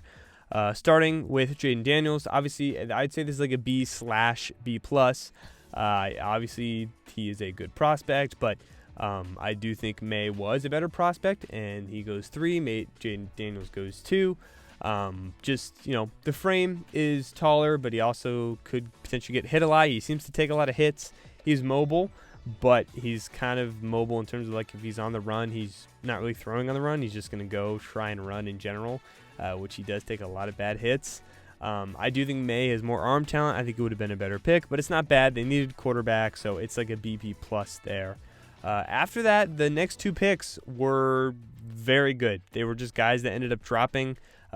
First, Jerzon Newton at Illinois drops to 36, which was shocking. Thought he'd be a first-round pick. He was injured and didn't do a ton of stuff, or if anything, at the combine, but was still a great player for 2 years. He is undersized at the defensive lineman, and now the D-line that they have is pretty crowded. Jonathan Allen and Deron Payne both have 2+ years on their deals, so he's going to have to find a way to get in there, but I kind of would have preferred if he would have gone to another team that really needed him, but the value was just too good to pass up on, so they go ahead and take him there. And then Mike Sanderson was also awesome value. That's like back-to-back A picks. He's a great player. He's immediately going to be a slot. he adds. He was a converted quarterback, so going here to defensive back, and he's been pretty good when he's been there. But I do think he does have a higher floor, and I think he is probably not necessarily like going to lock up a bunch of people, but going to be a very good guy in the slot. They do have a lot of other corners there that probably are going to play outside, which they needed help in the secondary, but this is the best available corner, so I think that's good. And then they also went ahead and took Ben Sinnott, which I actually really liked as well. I think it was a little high. It was kind of shocking, in my opinion, that they took him this high, but he was also in one of the things that we had gone through. He was a good athlete. I thought he was pretty well-rounded, and they did need a tight end, and maybe Sanders could have been a better pick. He's much better. Sanders at 101 versus Sinnott at 53 is just much better value, but the player itself, I still think it's a good player that could potentially help start them. So he went a little higher than I expected, but he was a guy that I thought was going to be pretty good. So that's like a B+ there. And then they also went ahead and had gotten Brandon Coleman, who is a tackle out of TCU, which I think was like a B-. I would say at first I kind of thought it was a little bit of a reach, but he had kind of risen.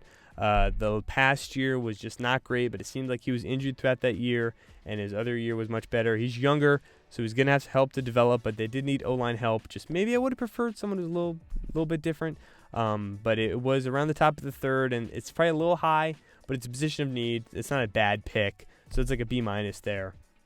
And then after that, it was like whatever. Jordan Morgan, I think, was solid in terms of the pick there.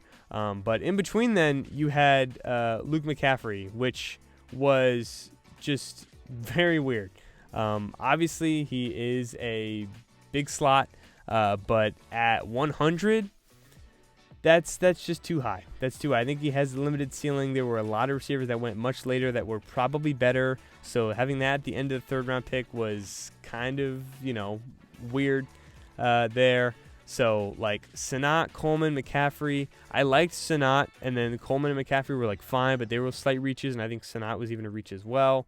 And then, as I had said, I forgot about McCaffrey. That's why I said it. But Morgan, rangy, good on special teams. He was a good pass rusher as well. And then Dominique Harrison and Javonte Jean-Baptiste. Harrison's solid tackler. He's rangy. Jean-Baptiste is, like, fine. Backup. Both are, like, C+ or whatever. But, with, like, stuff when you look at everything, I would say A-, and I really, really want to give them an A-, but I'm going to give them a very high or just a high B+, because of the decisions they made. Again, as much as I want to not like Washington just for their lack of value with JD over May, Sinnott, Coleman, and McCaffrey reaches, nothing really crazy after that in like day 3 at all. As much as I could dislike the value, they still got these players. And I think the value of Newton and Samerstill were just awesome. So I think even walking away with those two helps make up for a lot of the draft. So could be an A-, but I'm just going to personally give it a very high B+, and I want to put him right in the middle just because of the Jaden Daniels thing. I do think Drake May would have been the better pick because I think he was a better, potential just prospect there. But Jaden Daniels is older. They spent a ton of money in free agency. They probably want to try and win right now. So we'll go ahead and see what happens. I think this is going to be one of the more interesting teams next year to see if some of these draft picks they have end up working out. It's just Newton is in a crowded room. I think Sanders still will start, but the outside tackles are still bad.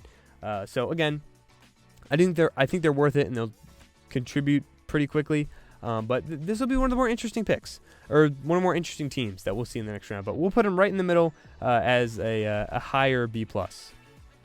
Next is the Minnesota Vikings, and I'm also going to go with a B+. The top was pretty good, obviously, starting off with J.J. McCarthy at number 10. Again, it was a little high, but they did not need to trade up. It's a risky prospect, but I think why not? Because you did need a quarterback, and I do think this is the best infrastructure for a rookie quarterback. So I did give it a B+ there because 10 was too high. But if there were to be the best place a rookie quarterback go, I think it's Minnesota. They have great weapons there with Jordan Jefferson, and Jordan Addison, or Justin Jefferson and Jordan Addison. Then they have Hawkinson there. The tackles are one of the better tackle duos in the NFL, with Darisaw and O'Neal. So pretty great stuff there, along with Kevin O'Connell, who I value very highly as an offensive coach. So pretty great start for a quarterback to come in, and he doesn't need to start right away. And then they ended up trading up a little bit for Dallas Turner, who ended up falling, who is a younger guy, but they did give up a 3 and a 4 next year. But he's a young pass rusher. He's got a high ceiling. I think it's only an A because they had to trade up, so I would give it an A. But the player itself going there, I think that's very good. It fits the timeline. He's young, and he could develop there, so that's a great pick there. And then after that, they didn't have a ton of picks, but Kyrie Jackson they got in the early 4th-round pick, and that's like a B+. He did fall a little bit. He's got interesting size. He's like 6'3", 190, 195, around there. But he wasn't very disciplined with routes, and he's 25 right now, almost his age. So that's probably why he fell. But his grade is a little higher because it's a position of need, and I think Flores could find a way to help him. So that's why it's a B+ instead of like a B. Then you had like Walter Rouse, tackle out of Oklahoma. That's fine, whatever. It was kind of around where he was going to go, like a B+ there. Will Richard is like an A- out of Bama. This was a 6th-round pick. He's the all-time scorer for them, and it's just good value. I think he was probably the best kicker on the board. So I think that's good, bringing competition there, and he could hopefully be a good starter for them. So that's like an A- personally. And then the next two probably aren't going to do a ton. Michael Juergens and then Levi Drake Rodriguez. Both didn't really seem as draftable players, so probably a C there.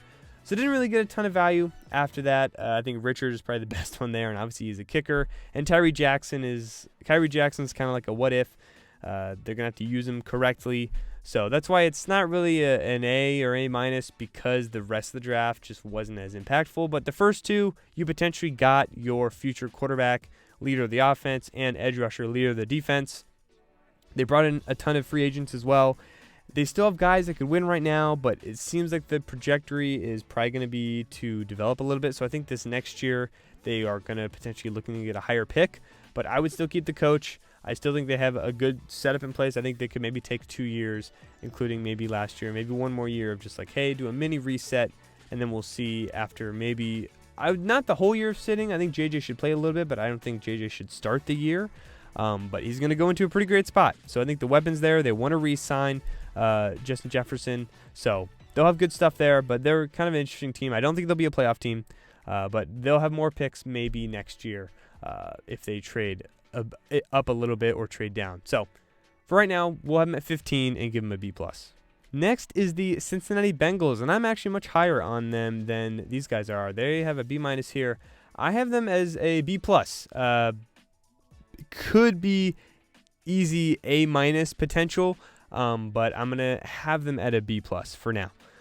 Starting off with Amarius Mims at tackle, number 18. I think this is also an A. Experienced, but good. He's inexperienced, but he was good when he played. He's young.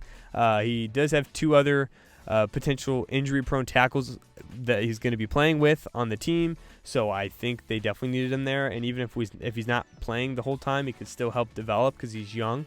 I think him versus JC at 7, this is just so much better value. Mims at 18 compared to JC at 7. And then the next picks, Chris Jenkins, that's like a B+. It was a position of need. He probably is going to start after they lost their starting tackle to the Detroit Lions. Jermaine Burton is an interesting pick and receiver because he is good.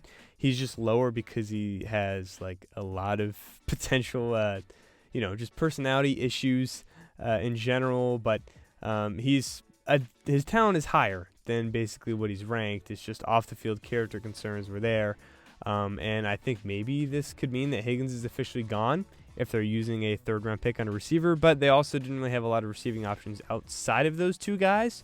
So that could still be the case there. But Burton's got a pretty high potential, but he's got a low floor. So I would say I kind of like it in terms of them risking the pick there. But I believe TJ Houshmandzadeh, he was a Bengals receiver partly, and he's been a guy who's helped develop and teach a lot of guys. And apparently he's been working with Burton a lot. So I kind of trust him, and I hope that he does end up being pretty good for them.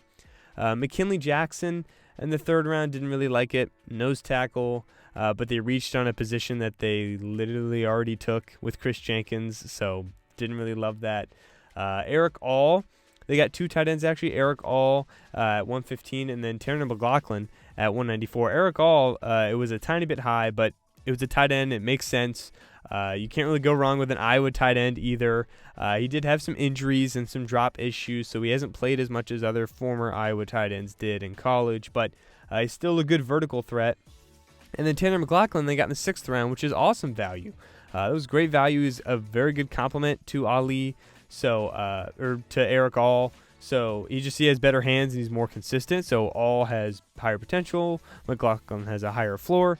So that's great balancing between the two, and I think that's good that you actually get some kind of production from the tight end spot there. And then Josh Newton, defensive back out of TCU, that's fine. He's a zone-heavy guy, needs to be there, but it's solid depth.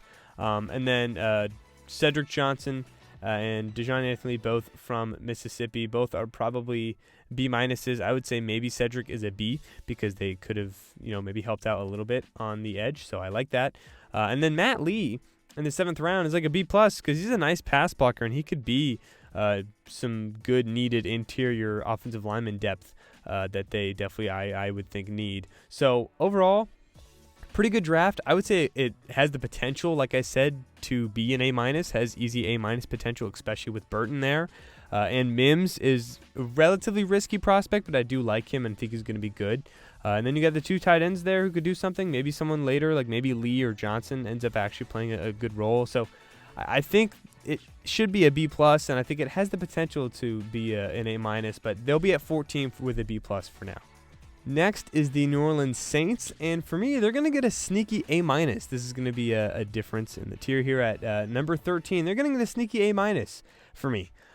Starting off, obviously, with Talisi Fuanga, I thought that was a good pick, A minus for them. Nothing crazy, but just, I think, really good. They needed tackle for sure. He's a great run blocker, so they're going to probably have to focus on running a little bit more. But, Penning, not really great on one side. Ramczyk considering retirement on the other side. They also just had an offensive lineman who just retired as well, so definitely needed help on the O-line. That was a pretty easy pick there. And then Khalid McKinstry was a very good pick at 41. He fell, and then there was a run on cornerbacks after him, but that he was definitely the best value because he was like a very early 2nd-round pick, maybe late 1st, and he fell to slightly early 1st, but closer, or to slightly early 2nd, but closer to the middle at 41. But they traded up for a cornerback who was falling, who I thought was actually really good value there. Now they do already have 2 outside corners, so he'll try to find some kind of way to fit in there. Someone might move to slot, but 41, I do think it's a good value there, so that's like an A. And then they didn't have a pick for a while, but they got Spencer Rattler at 150, which, again, I know it's a quarterback, but it is very good value. I think it's like A. Just for a team that could take on a project like this with Derek Carr starting, I think this is the perfect team, basically. He has upside. He is a little bit older. Needs to work on his processing. Seems like he fell because of the videos and stuff that had come out about him. It was a while ago when he was on that thing and was just like a terrible teammate and everything. But it seems like he's changed and matured since then, especially kind of getting a reality check from, being in Oklahoma and then going to South Carolina, getting his job taken by a guy who ended up being number 1 overall pick. And before the season, it was like 2 seasons ago, Rattler was a projected number 1 overall pick guy, and he fell off a ton. So I do think this is a worth, hey, why not go ahead and go for this guy? Bub Means and then Jalen Ford, both I think were slight reaches where they were. They are 5th-round picks, so it doesn't mean a ton. But Means, a bit of a rich for just a depth wide receiver. And then Ford is not really a crazy athlete. He's a good rotational run defender at linebacker. But Christian Boyd, this is the guy that I was talking about the Dolphins potentially taking in terms of I think it was the Dolphins, in terms of a defensive interior lineman. Maybe it wasn't the Dolphins. I can't remember who it was. But whenever I said, yeah, they could have got an interior defensive lineman later, this is what I'm talking about. Christian Boyd, I think this was great value at $199. He's produced for 2 years. It has been against lower competition, but he's a solid athlete, obviously graded very well. I think this is a great pick at $199. He might not be a total stud or anything, but I think he's going to be a pretty good rotational guy that will potentially get a second contract, maybe from another team or from the Saints in the future. And I think there was a position they relatively could have needed, so that's good. And then Josiah at Eastern Kentucky, I saw him on a few stuff. He's a young draft and stash guy, so with the 7th round pick, I think that's pretty good value there. So Saints, not really many people are talking about him because I do think that, while I still have this team, being very limited in what their ceiling is, and I think it might be their head coach's last year, to be honest with you, I still think this is a good draft. It's good value early. Later, there was nothing special, but again, Boyd I liked. Rattler I think is a good project there. Josiah Ezerim I think is a good project there as well. They still have needs that they didn't fully address, but I think they took some BPAs. Might as well take some BPAs that raise the ceiling of your team, and they sort of did that. So I'm actually relatively going to agree they're the lowest. They're like a quiet A-, but I'll have them at an A- at 13. Next is going to be the Denver Broncos. I'm much higher on them than I think a lot of people are, especially right here. I have them at a slight A- at number 12 in terms of rankings here. Obviously, starting off with Bo Nix. It was like a B- pick, but I think they obviously would have liked to trade down, but it's not like it was a bad pick at all. They needed a quarterback, and I think he's by far the best quarterback in the room right now, and he fits perfectly with what they need. He's pro-ready, he's mobile, he is great in terms of short passing. I think he does a good job running an offense, and I think that's what Sean Payton needed. He needed a guy who could just play right now. I think he does better for what he wants than Russell Wilson does. He can still move as well. So again, 12 is too high because he's not the 12th best player, but I would say a B to B- because it was still a position that they needed, and I thought it was a good pick there. It was solid, and I trust Sean Payton personally. And then they obviously didn't have a 2nd round pick, but after that they got Jonah Ellis in the 3rd round, which I thought was like an A. He's like technically refined while still being like 21 years old, so he's got a lot of that stuff. And he was injured near the end of the year, so his stock has been falling just a little bit based on his minor injury. But I think this is very good value for a position that they did need. It says linebacker. He's an edge rusher, so he'll rush on the edge. Obviously they don't have Chubb anymore. That was a position they could have needed to take, and I think Jonah Ellis is definitely very good value there. And then Troy Franklin at the very beginning of the 4th round, that's almost like an A+. I think that's awesome value. I wasn't as big of a fan of him, but in the 4th round, for sure. I wasn't as big of a fan of him going like very top of the 2nd. When it's very top of the 4th, like for sure, go ahead and get that guy. He is going to connect with Nix again because they're both from Oregon, so I think that's pretty good there. They can keep the connection. I didn't, again, think he was like a top 6 to 8 wide receiver. I know PFF had him as like the 33rd ranked player. Other places had him in a great spot. I don't think he's a wide receiver 1, but they don't really need him to be that. He's like just a tall, young, deep threat. He's only 21 years old for a wide receiver 2. Did have some drop issues, so he'll have to get that together, and they traded Judy, but I think trading Judy and then going ahead and getting him, I am not a big fan of Judy, so I think, he's fine, but I think this guy could come in and produce just like Judy right away, and he's 21 years old. So I think that was pretty good value there, the last 2 picks. And then after that, Chris Aizma-Strain, cornerback out of Missouri. In terms of the 5th round, that's pretty good value. I'd say that's like a B+ pick. They needed another cornerback for sure. He had great coverage production, getting a ton of picks. Some of those may have been artificial, but he was still getting at least a good amount that were from him reading routes and stuff. A very smart player, so I like that pick as well. Audric Estime fell in the draft. That's like a B+. Good value, again, but I would have preferred maybe a different type of back. Estime was amazing in college, but his O-line was also amazing, so that's kind of why at Notre Dame his production came a ton, and his best production, at least in terms of like where he was much better, was against like 2 bad teams like Stanford and Central Michigan, so that kind of elevated his stats a little bit. But he's basically a stronger Samaje Perine, which is who they have. So I kind of would have liked maybe a different type of back, but it seems like that's what they want to do, just pound the rock, and they don't maybe have as much hope for Jameson Williams, which really sucks because I thought he was going to be a stud coming in, and he was, and then he got injured, and now he might not be the same. Still might be a good back, but still might not be as good. But Estime did fall, so I think that's still good value. And then the last 2 they didn't really hurt anyone. Devon Vele out of Utah, 7th round pick, why not? And then Nick out of South Carolina, 256, 7th round pick, sure. I think that's pretty good. He has a very good mustache, so that's props to them, and he's good depth. But yeah, I think this. I think they're saying, oh, Bo Nix, like he's not the 12th best player. It's like, yeah, sure, but maybe they couldn't have traded down because a Raider team may have taken him in too high. But they needed a quarterback. They just did, and he's ready right now. And Ellis, Franklin, I think are awesome picks, and then Drain and Estime are all. I think all 4 of those guys are going to produce their rookie year, and some of them, like both Franklin and Ellis, are 21 years old and could get much better. So I think this is a very underrated draft for them, and again, it's a slight A-, but I do still think it's an A-, and I have them at 12. Next is going to be the New York Jets, and I have them at number 11, also with a slight A- grade.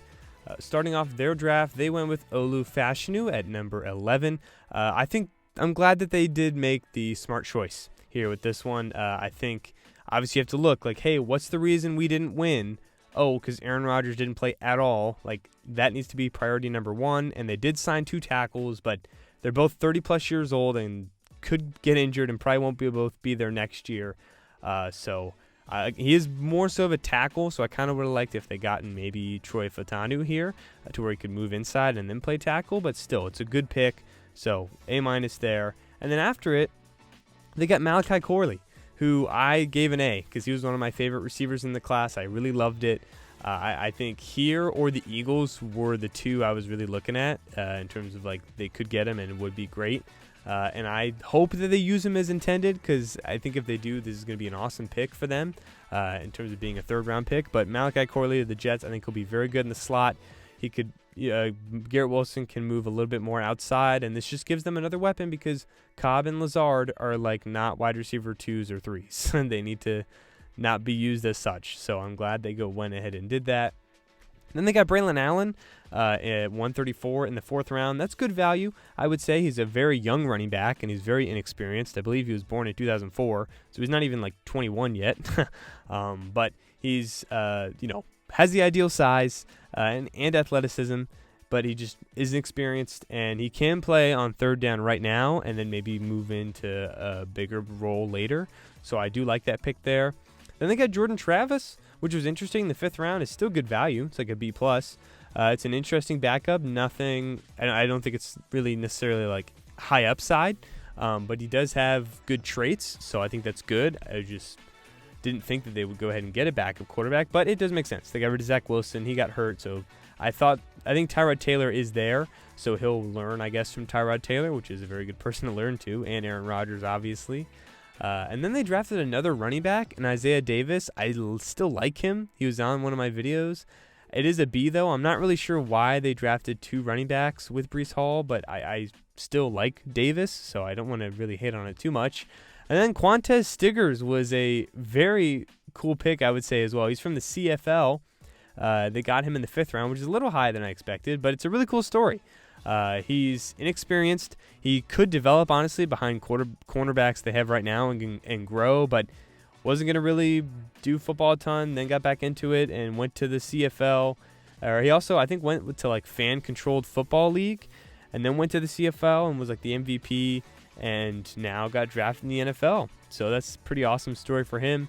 And then Jalen Key was Mr. Irrelevant. He, is a lower tier safety. Anyways, I did kind of expect a safety earlier.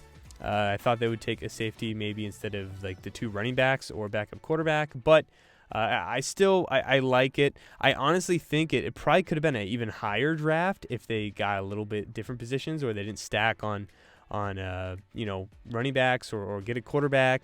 But there's good values. There's not really any bad picks. So I think they probably should have targeted interior offensive lineman depth and safety a little bit more because Olu's probably going to play tackle. But I still like the draft. I still think it's good. It just misses the top 10, and it's going to be at number 11. Next is going to be the San Francisco 49ers. Yes, I think a lot of people were surprised. I have them in the top 10, and they are going to be an A- because of Stone, and that is why. Because, wow, obviously if you had known a lot of the players I liked, you think I would have liked this draft. It was just it was a confusing draft, but at the same time, when I went back through it, I'm like, I can't give this a low grade. I just can't. Obviously, starting with Ricky Pearsall was one of the bigger shockers of the draft. I'd say lower than Pearsall, lower than Michael Penix, but still a shocking pick. I know some didn't really love it, but I really like him as a player. They are probably going to trade a wide receiver then potentially. They haven't done so yet, but even if they don't right now, he's like a hybrid basically between Debo and Ayuk. So he can fit right now. I just love him as a player. I do think he was worth 31. I only gave it a B+ which is still a good grade, but just obviously the value, like maybe they could have got him a little bit later, and it was shocking they used a receiver as their first pick, but I still really like the player. And then Renardo Green, a guy I really liked. That was like a B+. He was a kind of a polarizing prospect. I think he, doesn't really have the ideal size, but I think he will just probably find a way to work out, and he's going to be very good in press man. So him and Javarius Ward, I think, could be a pretty interesting duo there. And then Dominic Puny, another guy I actually really liked. Got him a little bit earlier than I thought, but again, maybe we had the same idea for a lot of these players. He's like a guard/tackle. They did need help, I think, in my opinion, on more of the offensive line. I think, I would have liked more of a pure tackle for them, but Puny is still a good offensive lineman. He can play all three positions. He, is big, so his profile does fit more of a run blocking aspect, but he was still a very good pass blocker as well, so that's kind of why I like him a little bit higher. But his athletic numbers were also really good, so I think they're probably going to use him right away. So I really like that pick.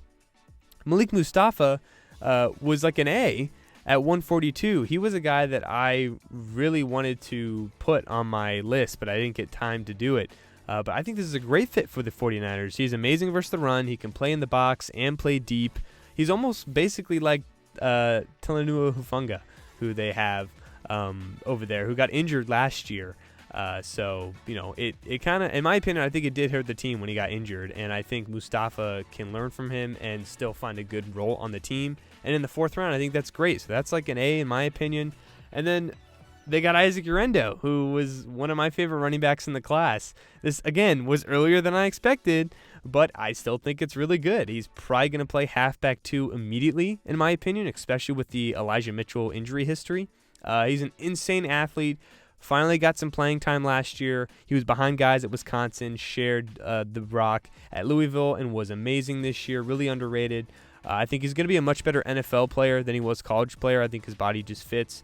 And I think Niners are going to use him in a perfect way. And even if McCaffrey gets hurt potentially, this could be a very good guy to throw out there, and he could produce as well. So I really like this pick here as well. And then it was interesting. They got another receiver, Jacob Cowing, which, again, it's like a B+ because I don't want to give it a bad grade because it shouldn't be. Again, interesting they took another receiver, but it's a very good wide receiver class. I think he's great in creating separation, and he has, kind of similar size to a lot of the guys, or he's on a smaller size, so not as tall as like Ayuk or something like that.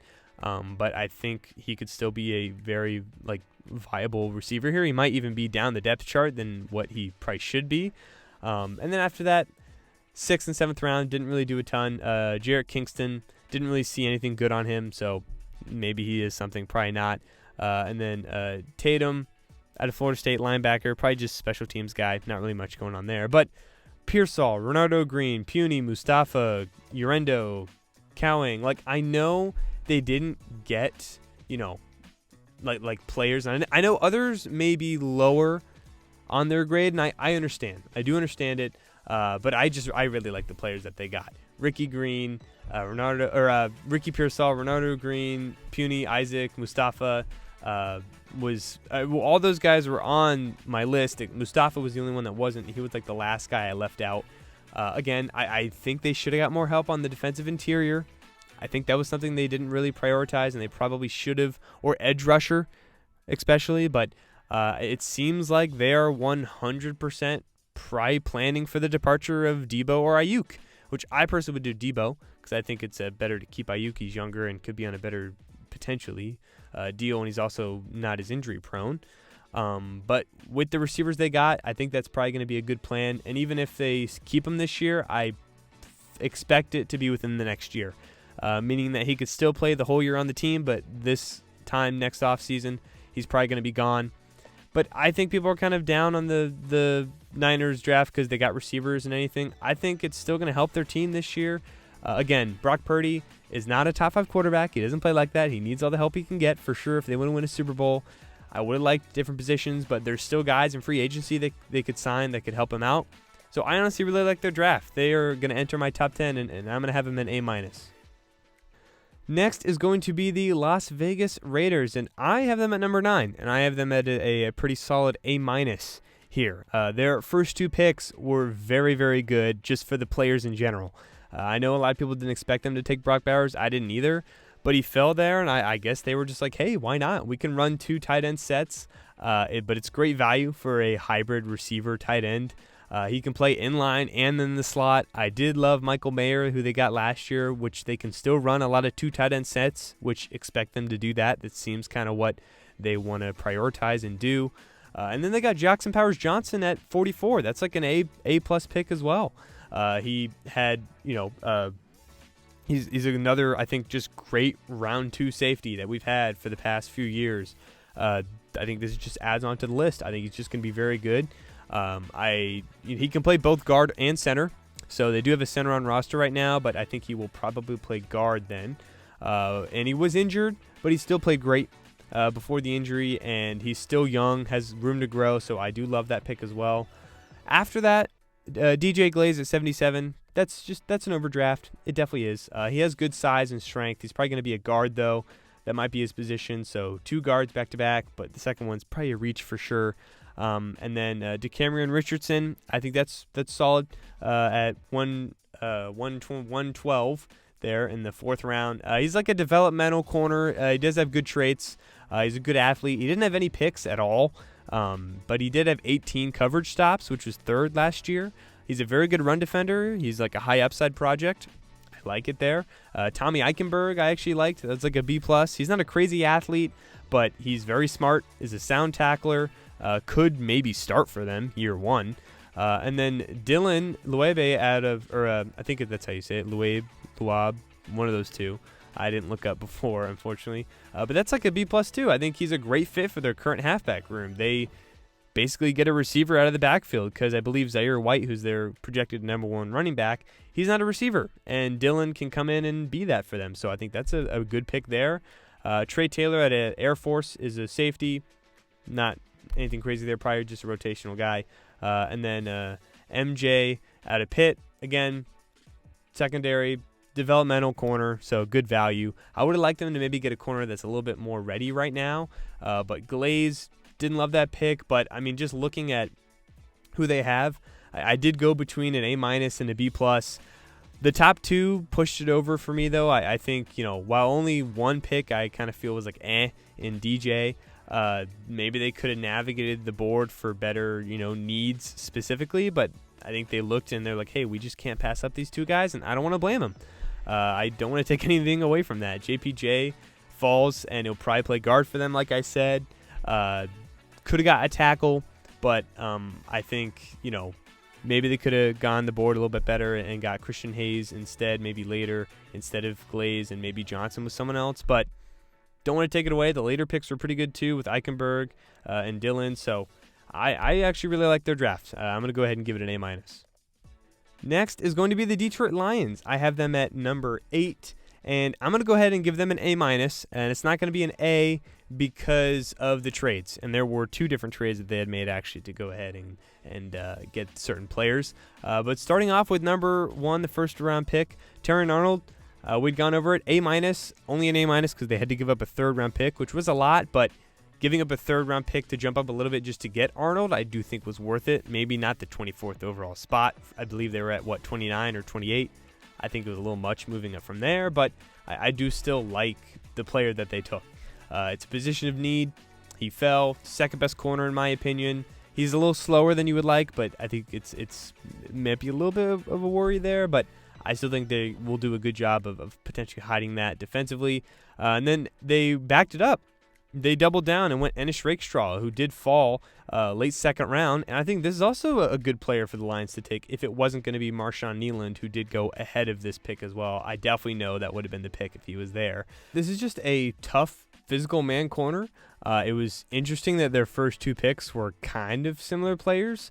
I would say one is just a little bit more athletic, but both, don't really have the best speed, so that's a little bit concerning, but still, it is secondary guys, so I think that's good. And then Giovanni Manu, who they got at 126 in the 4th round, which was still a reach there. It's like a C minus, but they traded a future 3 to move up to get this guy, which is very questionable. I mean, it's not terrible because he is a raw developmental tackle who's a great athlete, and I think Detroit could definitely do that because he doesn't need to start right away. But I didn't really know if you would go this early, let alone plus trading a future 3, a 3rd-round pick, that is, so that's not great. Sione Vaki was an interesting pick there. It says running back. Some have him at a safety. He played safety and running back. I think he played a little more safety, and he wants to play safety. But he's like a Lions player, physical. It's probably going to move around. Again, played both safety and running back. He was honestly better at halfback, so he might play that. But he could move and play both offense and defense. Mekhi Wingo at 189. This is very good value. He's a developmental interior defensive tackle, and I think at 189, why not? This is a pretty good spot for him. He's got good pass rush potential. He's very young, so that's good. And then Christian Mahogany they got in the 6th round. That's another great value pick. He is older, so he should be able to play right now, which is good because both of their guards, I believe, are at least 32 years or older. So I think he could actually come in and help play right away. So that's why I give him an A- because I do think, the Lions really focused on, just fixing their biggest problem, which I didn't think they would, and that was the secondary, and I totally commend them for it. There were a few, Lion moves, like the trade-ups and stuff. They gave up a little too much, but I am excited to see how they use/develop Manu and Vaki. Maybe they're steals potentially. And then later on, they still got Mahogany, who I think is a good guy that might not start, but might play for them this year. And Wingo is a good developmental interior defensive lineman. So, again, I would have liked to see another edge rusher in the 4th round or a receiver maybe instead of Giovanni. I would have liked to see that or Vaki, but still the other picks do help out a ton. So that's why I'm going to have them at 8, and I'm going to go ahead and give them an A-. But it's an A-, not an A because of the trades. So that's why it's not an A, and that's why it's an A-. Next is going to be the Kansas City Chiefs. I'm going to have that at number 7, and I'm also going to give them an A- as well. They obviously started off with Xavier Worthy at number 28. They traded up, which I don't think Xavier Worthy was a first-round receiver, by the way, but this is probably the best spot possibly for him. This or Miami were the 2 main spots I was looking at. KC, they're now in the spot I think that they're in right now because they have redrafted receivers that haven't been amazing. They've missed on some receivers, so I don't think it's a guarantee, which is why I have it at B+, but I think maybe year 1 he doesn't do a ton, and year 2 he takes Marquise Brown's role and ends up producing a ton. So I don't think it'll hit right away, but that's why it's a B+, but I still think it's a good player for them and a good receiver. Then they got Kingsley Suamataia at number 63. There were some tackles that went ahead of him that I didn't think were as good of a prospect, so I think this is very good for them. It's a B+. He's got great physical athletic traits. He projects as a good pass blocker. He's played left and right tackle, so he can do either. I just would have liked someone a little more ready now because they have dealt with worse at tackle, to be honest. So Kingsley might be asked to come in and do a lot and might struggle in the beginning, but throughout the season, hopefully for them, he can pick it up. Just maybe would like someone ready now, but still a good pick there. Jared Wiley at a TCU. This is good value for him. It's like an A- in the 4th round. Just a good, reliable tight end. He's going to be able to stay behind Travis and still produce. They use their other tight ends a lot, if you didn't really know. It seems like a lot of times they just have like Noah Gray or someone like that, or Noah Brown, and he's like getting deep passes or whatever, and they get like a catch or 2 a game. It's like, oh, what? How we let that happen? And they're all focused on Travis, and the other tight end can get open. So I think that's pretty good value to get someone that can do a good job in that position. And then Jaden Hicks is an A+. What an amazing value here in the 4th round. I don't know how he fell. Just super rangy, can play in any system. He's a good tackler, and he's good in coverage. He's young. He's a good athlete. This is like a 2nd-round pick they got in the 4th round for position of need as well at safety. Awesome pick for them. Hunter Norzad at a Penn State. is like a guard center who is pretty technically refined and I think could get reps immediately, potentially on the interior. Maybe that would only be if there's an injury, but if there is, because their interior is obviously amazing, I think this is a good backup to have. So I do like it. And then Kamal Hadden out of Tennessee, he's not fast at all. Very poor speed, but his coverage abilities were very good. I think he had a 7 passer rating allowed before his injury, which is obviously amazing. He's not a tackler. Not sure where he'll be able to play exactly, maybe safety-ish, but why not? It's the 6th round, so go ahead and get a guy who had a lot of production. And then C.J. Hansen, they also got out of Holy Cross. This is around his projected, just a solid O-line depth at guard, so that's like a B- there. But some good picks in the middle. Beginning I thought was pretty solid as well. I have it A-, a little bit lower, but they are number 7 for me. I really like the Chiefs draft. Next is going to be the Indianapolis Colts for me, and I'm going to have them at number 6, and they're going to be a confused A. That's what I'm going to have them at, a confused A. Now, obviously starting, they had Leitu Latu, who was the first defensive player taken. That was an A. He is the best pass rusher, in my opinion, in the class. He's ready right now. His injury stuff with his medicals, it seems good. He was medically forced to retire 2 years ago, obviously, as we know. But it seems like all of that is good now. He's played for 2 years straight, so I think that's a good pick there. And then they got A.D. Mitchell at pick 52. I obviously know the character concerns, but it seems like the talent was like that's pretty great value to have at 52. I'm pretty surprised he fell this far. He's lanky, or length as well is just the biggest part of his game. Really rangy receiver, great hands, didn't have a ton of drops.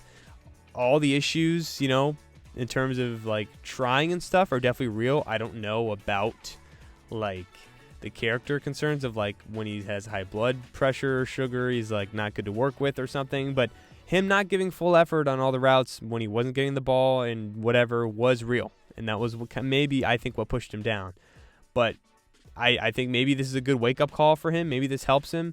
And he's going to probably be a wide receiver too for them, because I think they have obviously Michael Pittman, who they paid.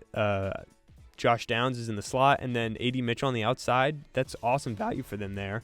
And then they did get Matt Gonzalez at 39 or 79. A little bit of a reach for me. I give it a C+. I think, he did only play 3 games. He's coming off an ACL. He has good traits, but not really like a real athletic body or anything. He's probably going to play guard. I just thought it was a little bit early. But then Tanner Bordellini in the 4th round I thought was very good value. He's a great athlete. He's a bit raw, but he just knows what to do and is just, relatively consistent. Not as much as you would like, but I think he does do a pretty good job being technically refined. Could be a little more refined. And he can play guard or center. He's probably going to start at guard, or maybe he'll go to center if Ryan Kelly leaves or retires, but that's a good pick. They got another receiver in Anthony Gold. Good value. He's like a developmental guy, probably around where he should have gone. He's a smaller slot, but he can be used in many different ways. He adds an element that they don't have. He's not going to run traditional routes like Josh Down does in the slot. He might run just like kind of Debo stuff, kind of a yak guy. And he's also a good returner. So they added some good weapons there, I think. And then after that, in the 5th round, Jalen Simpson, special teams athlete, basically, they love their athletes. Or Jalen Charles, sorry, and then Jalen Simpson also. Both of them are like safeties. Some might play linebacker. Simpson doesn't really have the size to be like a tackling kind of slot guy, but he does have some of the best games in the entire just class in general. Like he had some really high peaks, but he had some really low lows. He was inconsistent. But he's probably going to be a role player in the secondary. You won't ask him to do too much there. And then they got Micah Abraham out of Marshall, another corner. Didn't really follow him a ton. I looked up, wasn't a guy many people had him being drafted, but it's whatever. Same with Jonu Lualu, defensive tackle. Didn't see many people having drafting him, so it's like a C, C-. So later on, didn't get a ton, but we know them. They love their athletes. But I'm giving them a confused A because I do love the players. And obviously I think Laitu fell to them, Mitchell fell to them. But Gonzalez was like, okay. Bordellini, though, they made up for, and they got good receivers. But I really would have liked a corner. I do think the Colts in general just had an amazing start to the draft. Helped with O-line, obviously, had a few reaches, but I do think they didn't get what I thought was the number one position of need for them, and that's an outside corner, so I can't put it in an A+. And I was close to doing an A-, which is why they're the lower of people in A, and it's confused A, but the value is too good for what they had, and I think it was a top 6, borderline top 5, but bottom of A, top 6 draft, so that's where I have them. Indianapolis Colts, a confused A. Next, going into the top 5, starting at number 5, is the Arizona Cardinals. And I wanted to do A-, but I think it has to be A just because of the mass amount they got, not necessarily because of their value of drafting. And that's what I'll explain here. Obviously, to start, Marvin Harrison, amazing pick, A+. Don't really know what else you could say. They needed it. I'm glad they stood here and didn't trade down. You got to turn the picks into players at some point. They definitely did this draft. So, good pick there. Darius Robinson, we also went over. It was like a B-, C+ for me. He's a versatile 3-4, 4-3. He's like a defensive tackle and a 4-3, defensive end and a 3-4. But he's not a great athlete, and he, it's kind of really a high floor player, but he doesn't really have a ton of upside either. So, I think he's just going to be a solid edge who probably went a little too high. And then they had a ton of people after that. Max Melton at 43, I thought was a little too high. Some people are a little higher than I am, but still a good player to have. Just took him higher after there was a slight cornerback run. And then they got Trey Benson at 66, which is like an A. I think this is great value for him in the 3rd round. He's probably going to play immediately. He will maybe be the starting halfback for them in the next year or two. I know they have James Conner, but I think he'll be an awesome pairing with James Conner. And then they got Isaiah Adams at Illinois. Just a reach. Didn't really see him as a 3rd-round player at all, but they did need O-tackle help. So it says guard. He also was tackle. We'll see what he plays, but just a little bit of a reach for me. It's like a C-, D+, and then Tip Ryman is like a C. I also think that was a bit of a reach. Both of these 3rd-round picks. It is high for a tight end, too, who was limited as an athlete and didn't have a ton of production. So that's kind of why I'm a little bit confused there. And then they started off also in the end of the 3rd round, their final 3rd-round pick, with Elijah Jones. So they got another corner, and this was a guy that we looked at and we liked, but I did not think he would be a 3rd-round pick. I was kind of shocked when I saw him. I was thinking more like 5th, like lower 4th, but I don't want to hate on it because it's higher than I expected, but it was a player I kind of had my eyes on a little bit. So I'd say like a B, B- just because of the value, but still getting the player again, I kind of liked him. So might as well add him to the cornerback group. And then DTD, Taylor Demerson, that's a great value out of Texas Tech. He's probably going to play safety, but that's like a B+, A- pick. He's an athletic ball hawk. They needed help at safety. I like it there. Xavier Thomas, probably an edge out of Clemson. He's like an A-, picking him in the 5th round. He's like a high floor edge rusher. Former top recruit, got injured, needed some time to really get used to college game, but that's a good pick there. Christian Jones out of Texas, I think this is an A. I'm kind of shocked he fell this far. This is a great value in terms of getting a tackle prospect here. He's experienced and could honestly maybe start over Jonah Williams this season as the season goes on. And then after that, you got, Tejon Palmer. That's like a D+. Jaden Davis, kind of like a C-. Not really any guys I saw draftable, but maybe they are something. It's one of them's a 7th-round pick. Palmer, I had lower because it's a 5th-round pick. Maybe you could have got something there, but not anything crazy. But that's what I mean, is the bottom 2 obviously weren't a ton, but like they could have got value for some of these other guys there, but at the end of the day, they're going to be playing on their team. So that's kind of one of the exceptions in my opinion, because they just had an A because of how many guys they had. Could be an A+ if you want. But I'll stick with an A, and it is a top 5 draft. At number 4 is the first pick the first draft for the Jim Harbaugh era, the Los Angeles Chargers. I'm going to go ahead and give them an A at number 4. Starting with Joe Alt, I liked it. I did think it was the right pick. I know that there were other guys that could have got receiver maybe. I would have liked that as well, but I do think that starting with the best, most well-known tackle prospect here, I did like. If they weren't going to trade down. If they stayed there, I did like all that 5. I think the value is just good. And you can get receiver later. Because Alt is a guaranteed stud, and that's exactly what they did in Ladd McConkey. So Alt is an A, and Ladd McConkey is also an A. This was a very good pick. I think this is a much better combo, getting Joe Alt and McConkey rather than maybe like getting I don't know, what is it, Neighbors or Dunze here, which are very good, but a lesser tackle in the start of the second round. Just very good player, fits perfectly in the slot. Amazing route runner. I love it. Junior Colson out of Michigan. This is also an A. He's like their starting middle linebacker. He's exactly what they need.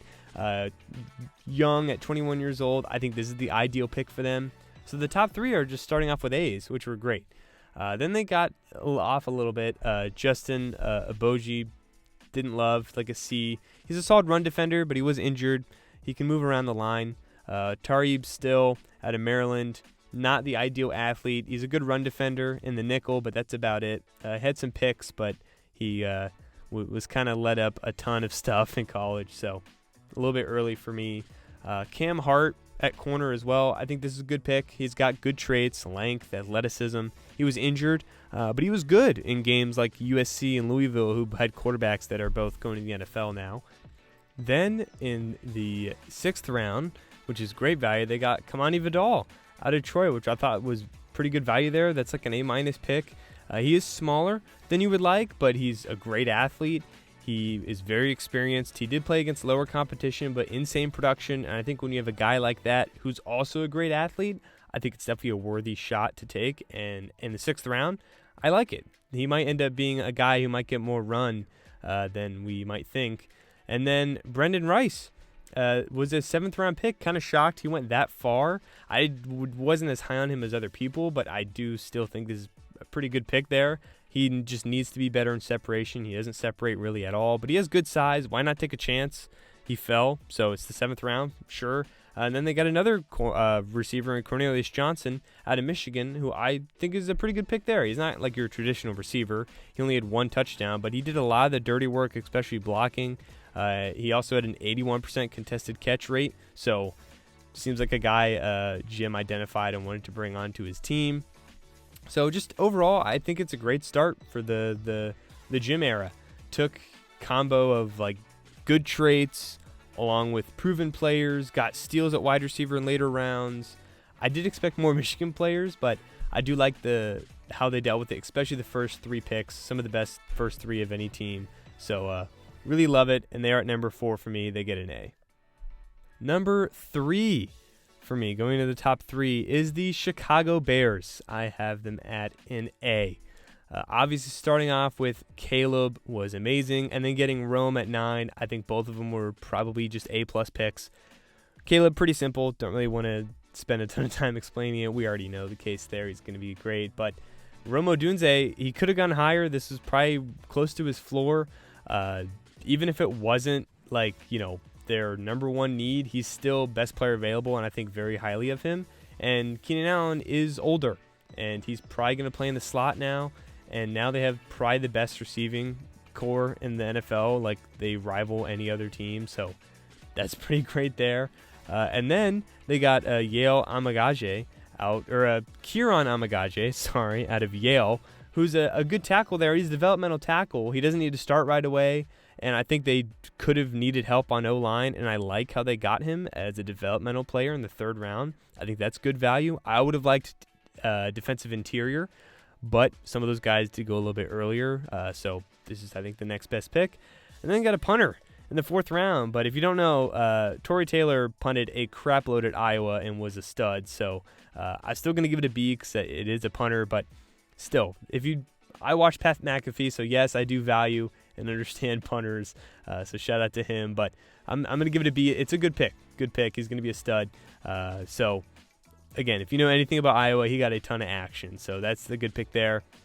Then they traded back up for their 5th round pick and got Austin Booker. And I think that's like an A as well. I love that pick. That's great value. He's a young developmental edge. They probably should sign a vet to start at the beginning of the season, because I don't think Booker should start right away, but he was good in the pass first run. He's inexperienced. He's super young. He's a good athlete.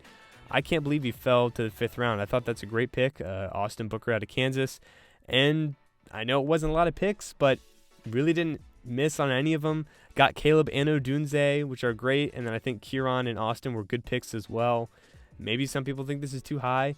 It could be a little bit lower, but it's a nitpicking here a little bit. They all have A's, at least the ones that have specific A grades, but I have them at number 3, and I think they were a top draft here, and their franchise is going to be changing a lot. The past 2 years have been pretty amazing for the Bears, especially offseason wise, so I think these two reasons, at least Caleb and Odunze, and just the 2 off seasons that they've had, including the guys they got here, are probably going to be the reason they end up being a successful team for, I would say, a long time, especially if one of Booker or Kieran develop to be really good.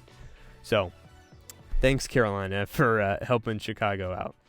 Then we have the last 2 teams, and at number 2, the only 2 teams with an A+. First one is, of course, the Philadelphia Eagles, getting an A+. Starting off with Quinyon Mitchell at 22. I'm very surprised he fell this far. I didn't think he would fall this far. I value him as like a top 10 player. I think he's the best cornerback. He's a great athlete, had great production. He's going to produce right away. It's their number 1 need. It's an A+ pick. And then they got Cooper DeJean in the second round, which I couldn't believe that. I'm very shocked they got him, let alone at 40. They got him at 40 in the second round, so that's a great pick there.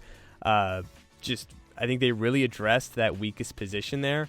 I don't really care if he had an injury. I just think it's such great value because they easily could have taken him in at 22 and it would not have been a bad pick at all.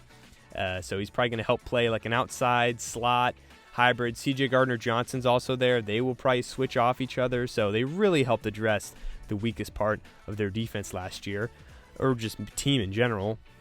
Then in the third round, this is higher than I thought he would go, but I still really like it. Jalix Hunt out of Houston Christian. I think this is going to be a pretty good pick for them. I give it an A-. It is a smaller school, but he, does have odd size. He's a little bit smaller, but he is taller. But he's a great athlete for an edge rusher. Doesn't have to start right away. He can just rotate like Philadelphia has done for a good few years now. They rotate in a lot of edge rushers. I think this is the perfect spot for him if he had to go somewhere. So that's why I really like that pick. Then they got Will Shipley in the second round, or in the fourth round. Tiny bit higher than I had kind of thought he was going to go, but this is a round where his value was. They did just lose Swift, so he's probably just going to fit right in and fill that role. Versatile, young. Again, they love doing running back by committee. They just add to that. Again, this is going to be a good, solid pick for them in the fourth round. Anais Smith. They got a receiver here, not Malachi Corey, but Anais Smith, which I still think is good. Good value for them. That's like a B+ at 152. He's going to probably be a slot receiver, which that's what I was kind of thinking that they were going to go ahead and get because they did just pay their receivers. He is smaller, but he's got good hands, and he has a very high contested catch rate, so I think that's a pretty good pick for them in the fifth round. They also got Jeremiah Trotter out of Clemson at linebacker, and I love this pick. This is like an A+ for me. Great value. He's a good player. He's not obviously a great athlete, but he can rotate in and help play right now at linebacker because I think their linebacker position definitely needed help. I do think Nolan Smith, if he can take, he's going to actually play this year, but if he, is a wild card, we'll kind of see what he does. I think Trotter is like a safe, hey, we can throw him in throughout. We'll have to switch him out, obviously, because he's not as good of an athlete, but just super refined and really is going to help out that linebacking group that if I had to look, that was probably the weakest position, but maybe not anymore. I still think it is, but still helps a ton with Trotter there because he's probably going to play day one. Trevor Keegan out of Michigan, guard. They get more offensive line help. Smart, experienced, good pass blocker, which not all Eagles interior guys are pass blockers, and he is. So I think that brings up a good thing to where he can come in different obvious passing formations. And then they also got Johnny Wilson in the sixth round. That's like an A. That's great value for just a potential development freak. He could be a total stud. He is massive, total massive. I think it could be perfect for him to learn behind A.J. Brown. He could literally try and be a lesser version, obviously, but that's kind of the guy he's trying to be if he's not going to be a tight end. And why not? It's the sixth round. I thought that was a great pick. And then Dylan McMahon this is a round where he was going to go as well. Good depth, had a very good combine. I still don't think he should have been raised higher from his combine numbers, but he wasn't. and he could help out and maybe switch in or just be a good developmental safety. So that's good depth there. He's best on like zone blocking stuff, and they do a lot of zone-based runs, so that fits as well. So I really like all of these. I do. Obviously, some are better than others, but I don't think there was a bad pick. A lot of good picks. They addressed what they needed to, and I mean, this is, in my opinion, I think this is why he's the best GM. I think he gets great value from guys who can play now at positions of need. He also had good depth. He got great value on developmental guys. He got basically everything you want in a draft, and it's just another great draft. And I think this is why the Eagles are hardly ever sniffing the bottom when just as a franchise in general. And that's going to be the case for another multiple years, I think, because this was another great draft for them.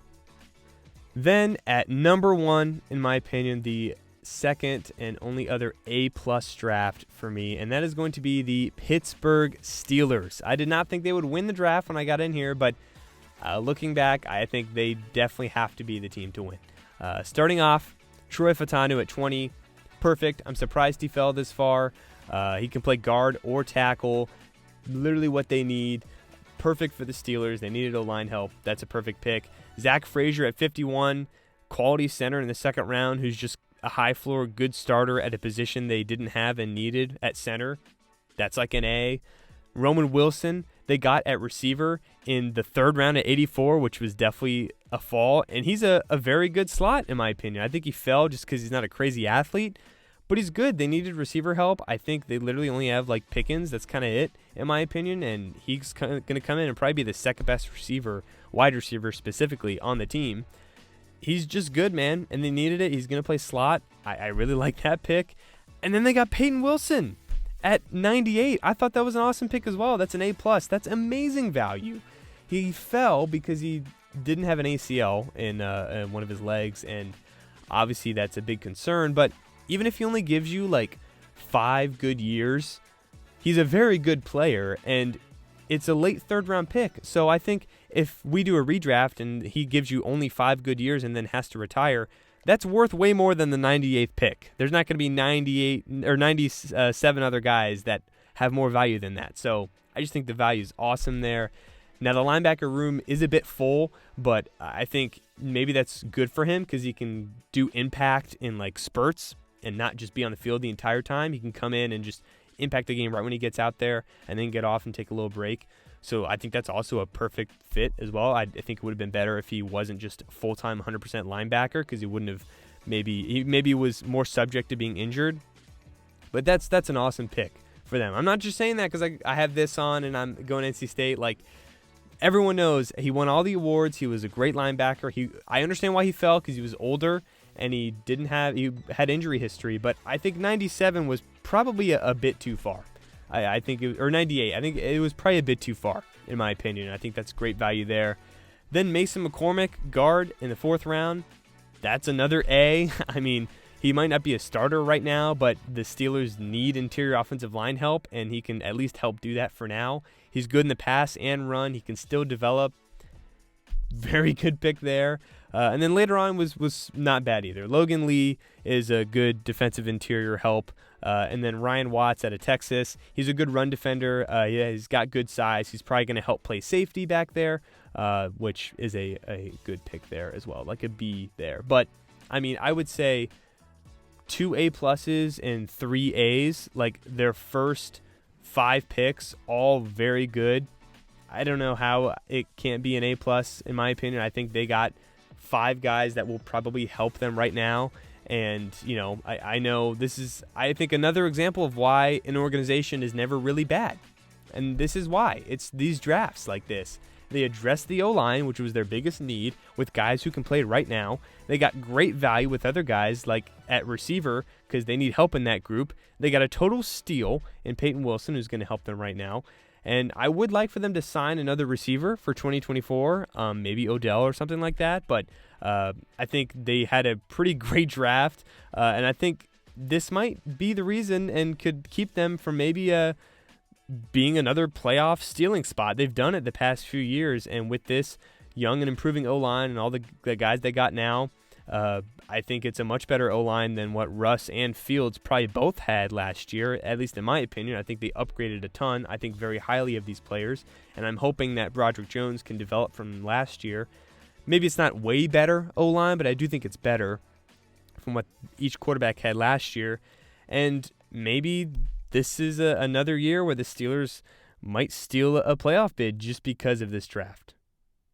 And that'll do it for this episode. Thank you so much for watching a full a full NFL draft dive, grading every single pick. It took hours to do this, multiple days while during finals. So please go ahead and smash the like, go ahead and subscribe.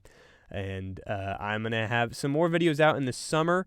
Going to be doing a little bit of different stuff. We're going to go ahead and do a off-season long prediction for just full in-depth analysis for all of the teams going into next year and just doing flat-out predictions. And then me and Mathis at the end of before the season starts, end of the off-season, or just full season in general, before the NFL season starts, we'll go ahead and do our predictions. And we're also going to, at some point, do a quarterback rankings video. We did it last year, and it's basically just kind of updating it and giving our opinions on where we're ranking every single quarterback. And that's a good debate video that we can go ahead and do as well. So that's what it'll look like in the future. And that's it for me. So thank you so much for watching. Stay smart, stay sharp, and I will see you guys later. Peace.